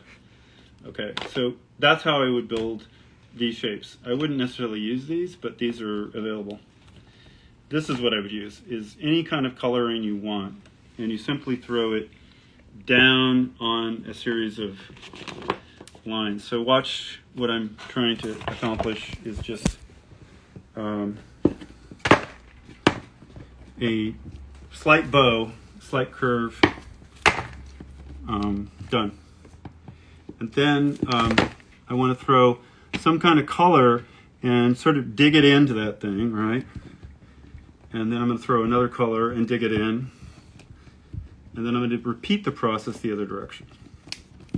So I'm just reinforcing that these like little divots are all there. Good. Now I simply repeat this the other direction. And I'm trying to see how I'm keeping the curve, the same sort of half saucer curve going the other way. And then I will throw another two sort of flat shapes on top of it. Here comes pink. If I had time, I would extrude this with the pasta grinder. I don't know if they want to see. This is a pasta grinder, and I could take the wheel and go grind, and get these much faster, cleaned up, flatter. But I'll do it by hand. And again, I'm trying to reinforce the shape that is already there. This line thing I've done. And now to mix things up on the next round, after I put this down, I'm going to put some black down. If I can find it. I thought it was here. Probably moved. Lots of things have moved. Thanks. Thank you, Lisa. And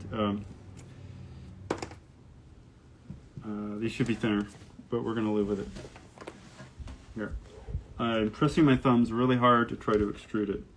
What's going on is, as much as I can muster, I'm trying to actually push to get my fingers together. So it is getting thinner, but it's ragged. It's done.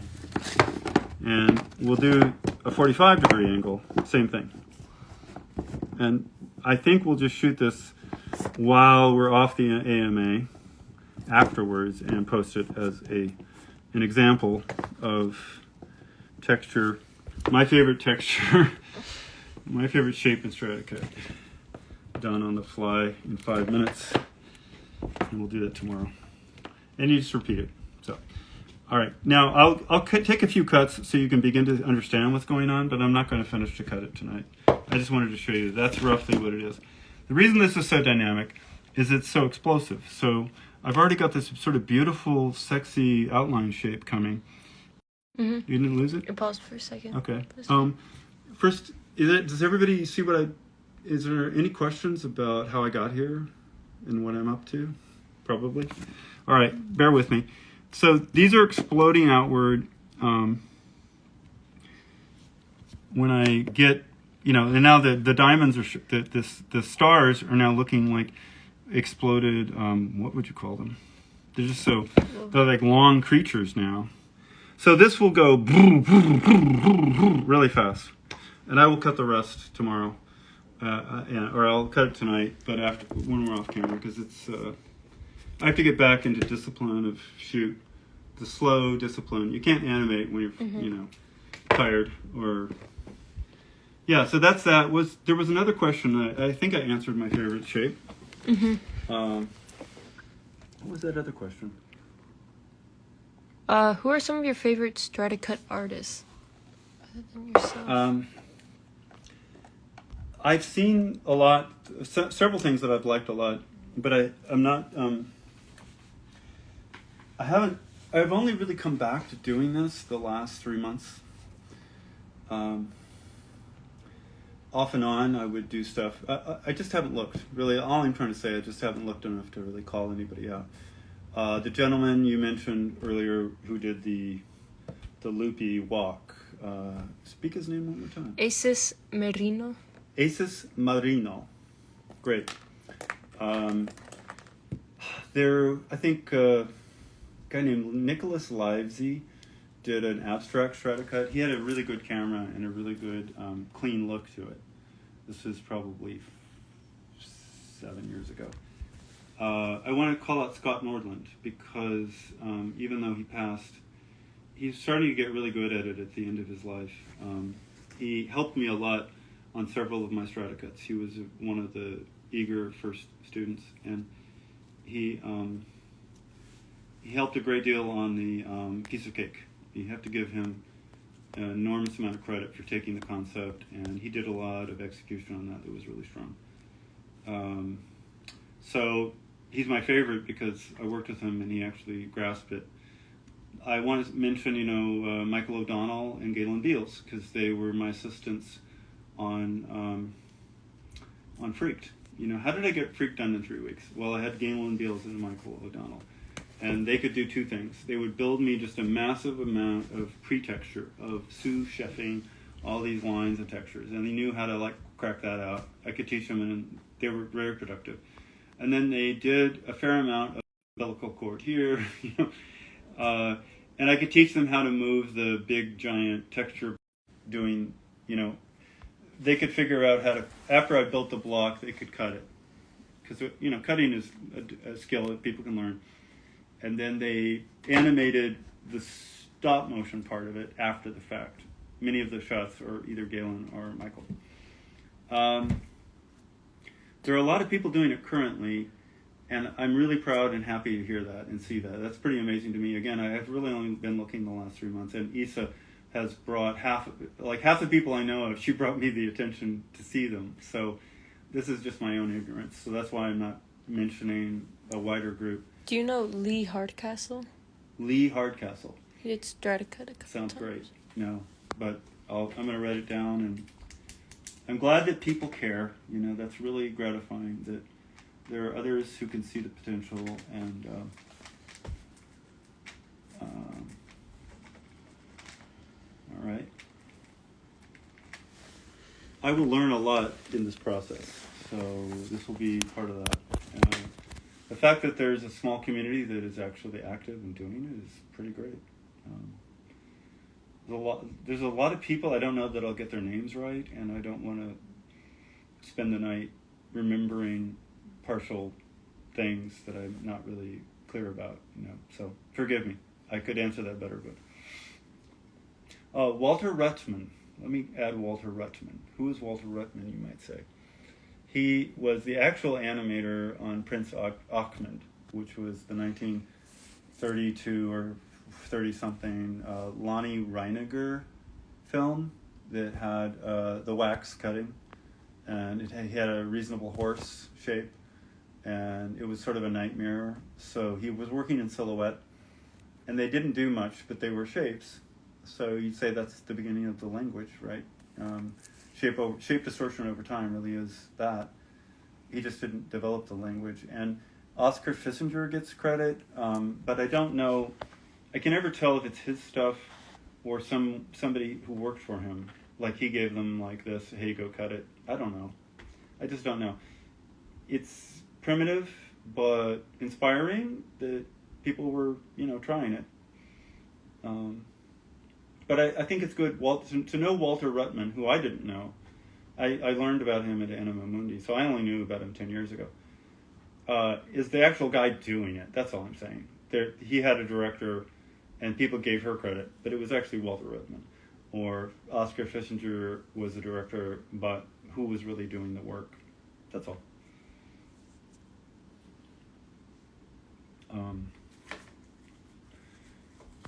I swear there was one question that I forgot, but Has it been an okay AMA, everybody? I hope that you can see a lot of variety and thoughts and inspiration. To much of these things, I'm hoping I can show in LA.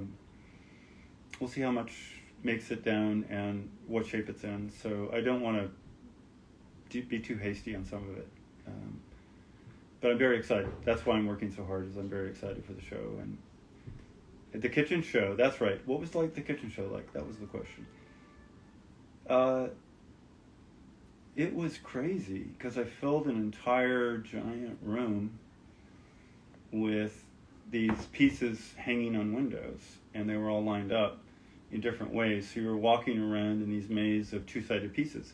I think that's a unique thing, good or bad, in my work, is it's two-sided work, right? There's a front and a back, and they both function.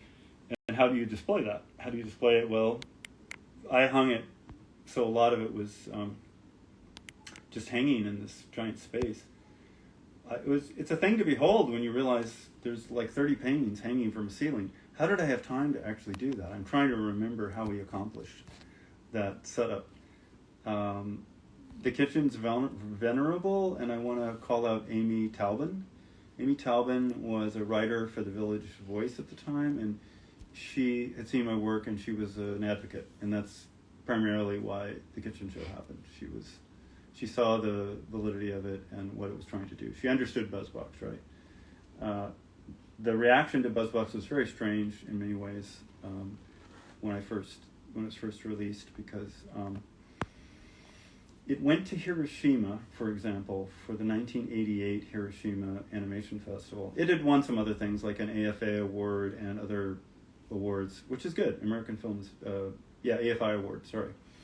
American Film Institute for Best Video Animation or Length of Video. In Hiroshima, it was the only one in the experimental animation category, which meant it was 15 minutes or longer. And it happened. So I thought, I'm going to get at least I don't know, a booby prize, a bronze, I don't know. Who else is in this category? And then the judges decided not to give any award in that category. I know. I was very miffed. There were 2,000 people in a Japanese auditorium, and I stood up and shouted, "Bullshit!" at the top of my lungs. And it was like shocking, because this is a society where you should not and would not do that. And later the story really is that the pre-screening of all these films were done by 20-somethings and 30-somethings. And the judging was done by 50, 60, and 70-year-old somethings. And that was why the young people understood it, and they thought, this is really great. And the judges wanted some kind of soft line French animation. They wanted some kind of, charming, the man who planted trees, or I don't know what. And there's nothing wrong with that, by the way. It's a beautiful film. These are not films that I dislike. It was the older generation looking at that going, I don't want this. Just turn it off. Because it was really not abusive. It was very challenging to watch.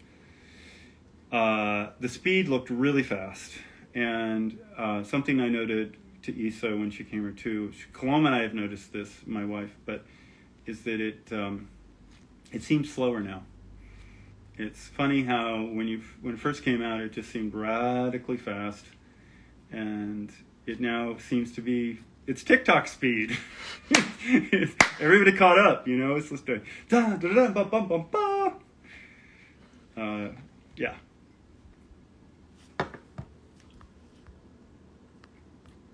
The kitchen show is great. There is a video. It's very low quality. There's one part where I'm crawling around on the floor. So I think that's funny. I remember being goofy because I was lack of sleep, and they were taking this video,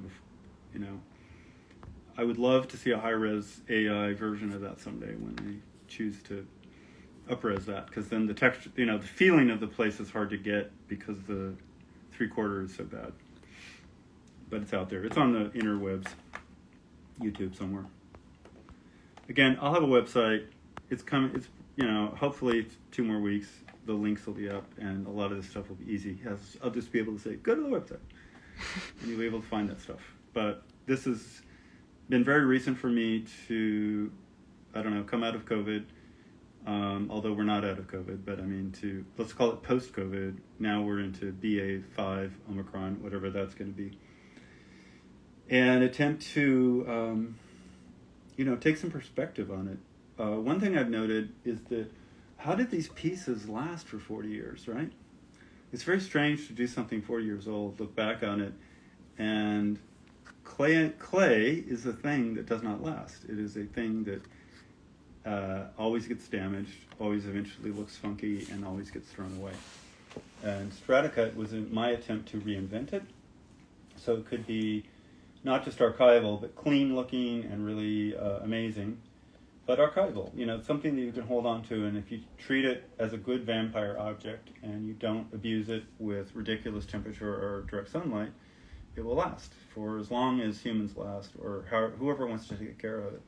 And I don't think I know of any other clay object, plasticine kids clay object that does that. Like in art. Is there, I'm sure they're out there, but it's nothing like this, and they're very few and far between because it just doesn't last. You could put it under Plex in a box, never move it, and it would probably be okay. But this is portable. I mean, I think I tried to make something that's transferable, that's movable, that's storable, that you can put on your wall and take it off. And in the last month or two, we figured out techniques to restore it, like some very simple, straightforward ways where you can take the dust and some of the dirt off with orange oil. With either mineral oil or orange oil are very good. And orange oil is great, but you have to be careful around the blacks as you wipe. And mineral oil is better overall, but it can't be quite as clean as orange oil will get it cleaner faster. But you have to keep using a new part of the rag. It gets so much dirt so fast, you literally wipe it once, move to a new part of the rag, wipe it again. And so seeing it restored after so many years, some of these pieces, the color comes back and it lasts. I think that was an epiphany. I didn't know that I could get to be this old, having done this work so long ago, and actually have it be a viably savable thing. I wanted that to be the case, but I wasn't sure. Some of these paintings were in a San Diego attic for 20 years, getting 120 degrees, 130 or 140 degrees in a San Diego attic. And it depends on them being very thin. If they were thicker sculpt clay, they would have inevitably suffered and melted somewhat. But if you keep clay stored flat on a surface that has some tooth or texture, like wood or some kind of cardboard, cardboard's not great because it absorbs. It will leach, the oil will be leached into the wood over those decades. And so it comes out more brittle, but also sturdier. It's like if you don't touch it, it's actually hard. It just sort of shatters a little bit. It's not the best outcome.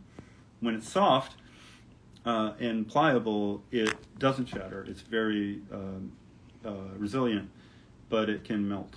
And so I think that the process of keeping it in that attic allowed it to become really hard, and they survived. So as long as it wasn't in direct sunlight and it was stored flat with the clay on it, the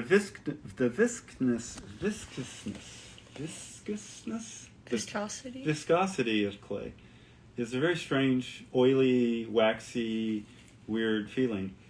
And as long as it's very thin, it's liquid dynamics. It's friction on the surface of what it's sitting on doesn't want to go anywhere. It's only okay. Oh, it's back. Okay, I hope that made sense. I'm going into some detail, but that's part of why I decided I wanted to show this stuff. And yes, I need to sell some of it because I want to be a That's back. That's back. Okay, it's back. Well, cheers to you all. I hope this was a good AMA. I'm not sure when a good time to wrap is, but I have been rambling on, and so... There's a couple of more questions, sure. but I took screenshots, so... Oh, the question? Mm-hmm. So, Oh, we can answer them later, is what you're saying. Yeah, okay. Yeah, so I hope everybody enjoyed it. Thank you, Isa, for doing a good job showing it. We'll post the animation we shot today later.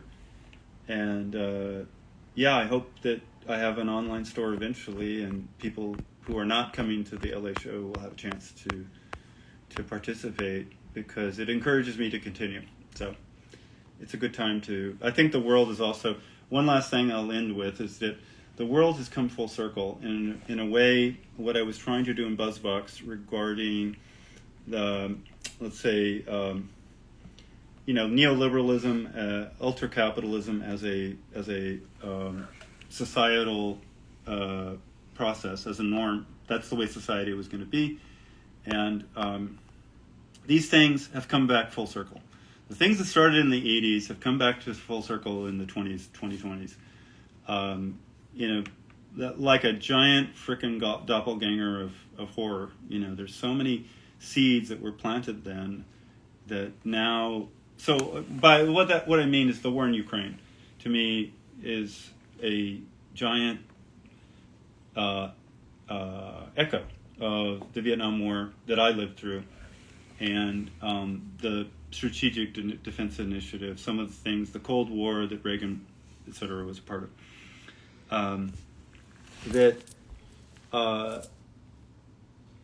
So many lies are told as a matter of performative media. The whole analysis of performative media as a avalanche of garbage into your eyeballs and ears to distract you from the substance of the real events and real problems of the world. That was BuzzBox. That was the 80s. It began there, and it's culminated.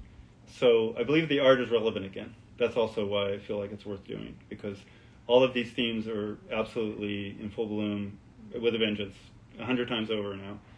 And I feel like, I don't know, hopefully it speaks to people, and there's a voice that is trying to create a funhouse mirror Halloween version of a reality that's both very childish and perversely adult and dangerous and ugly sometimes. It's beautiful in its ugliness, or, just strangely beautiful alone, any of that. I hope that works for everybody, and that's my 2 cents. All right, I'm rambling. Thank you so much.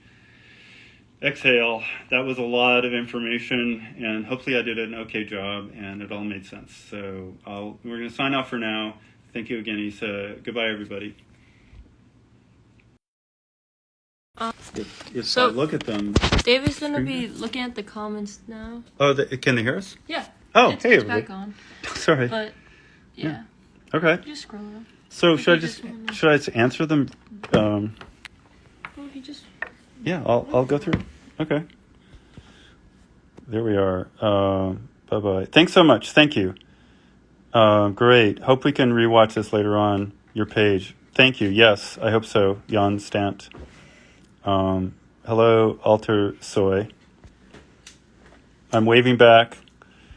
I should go back up.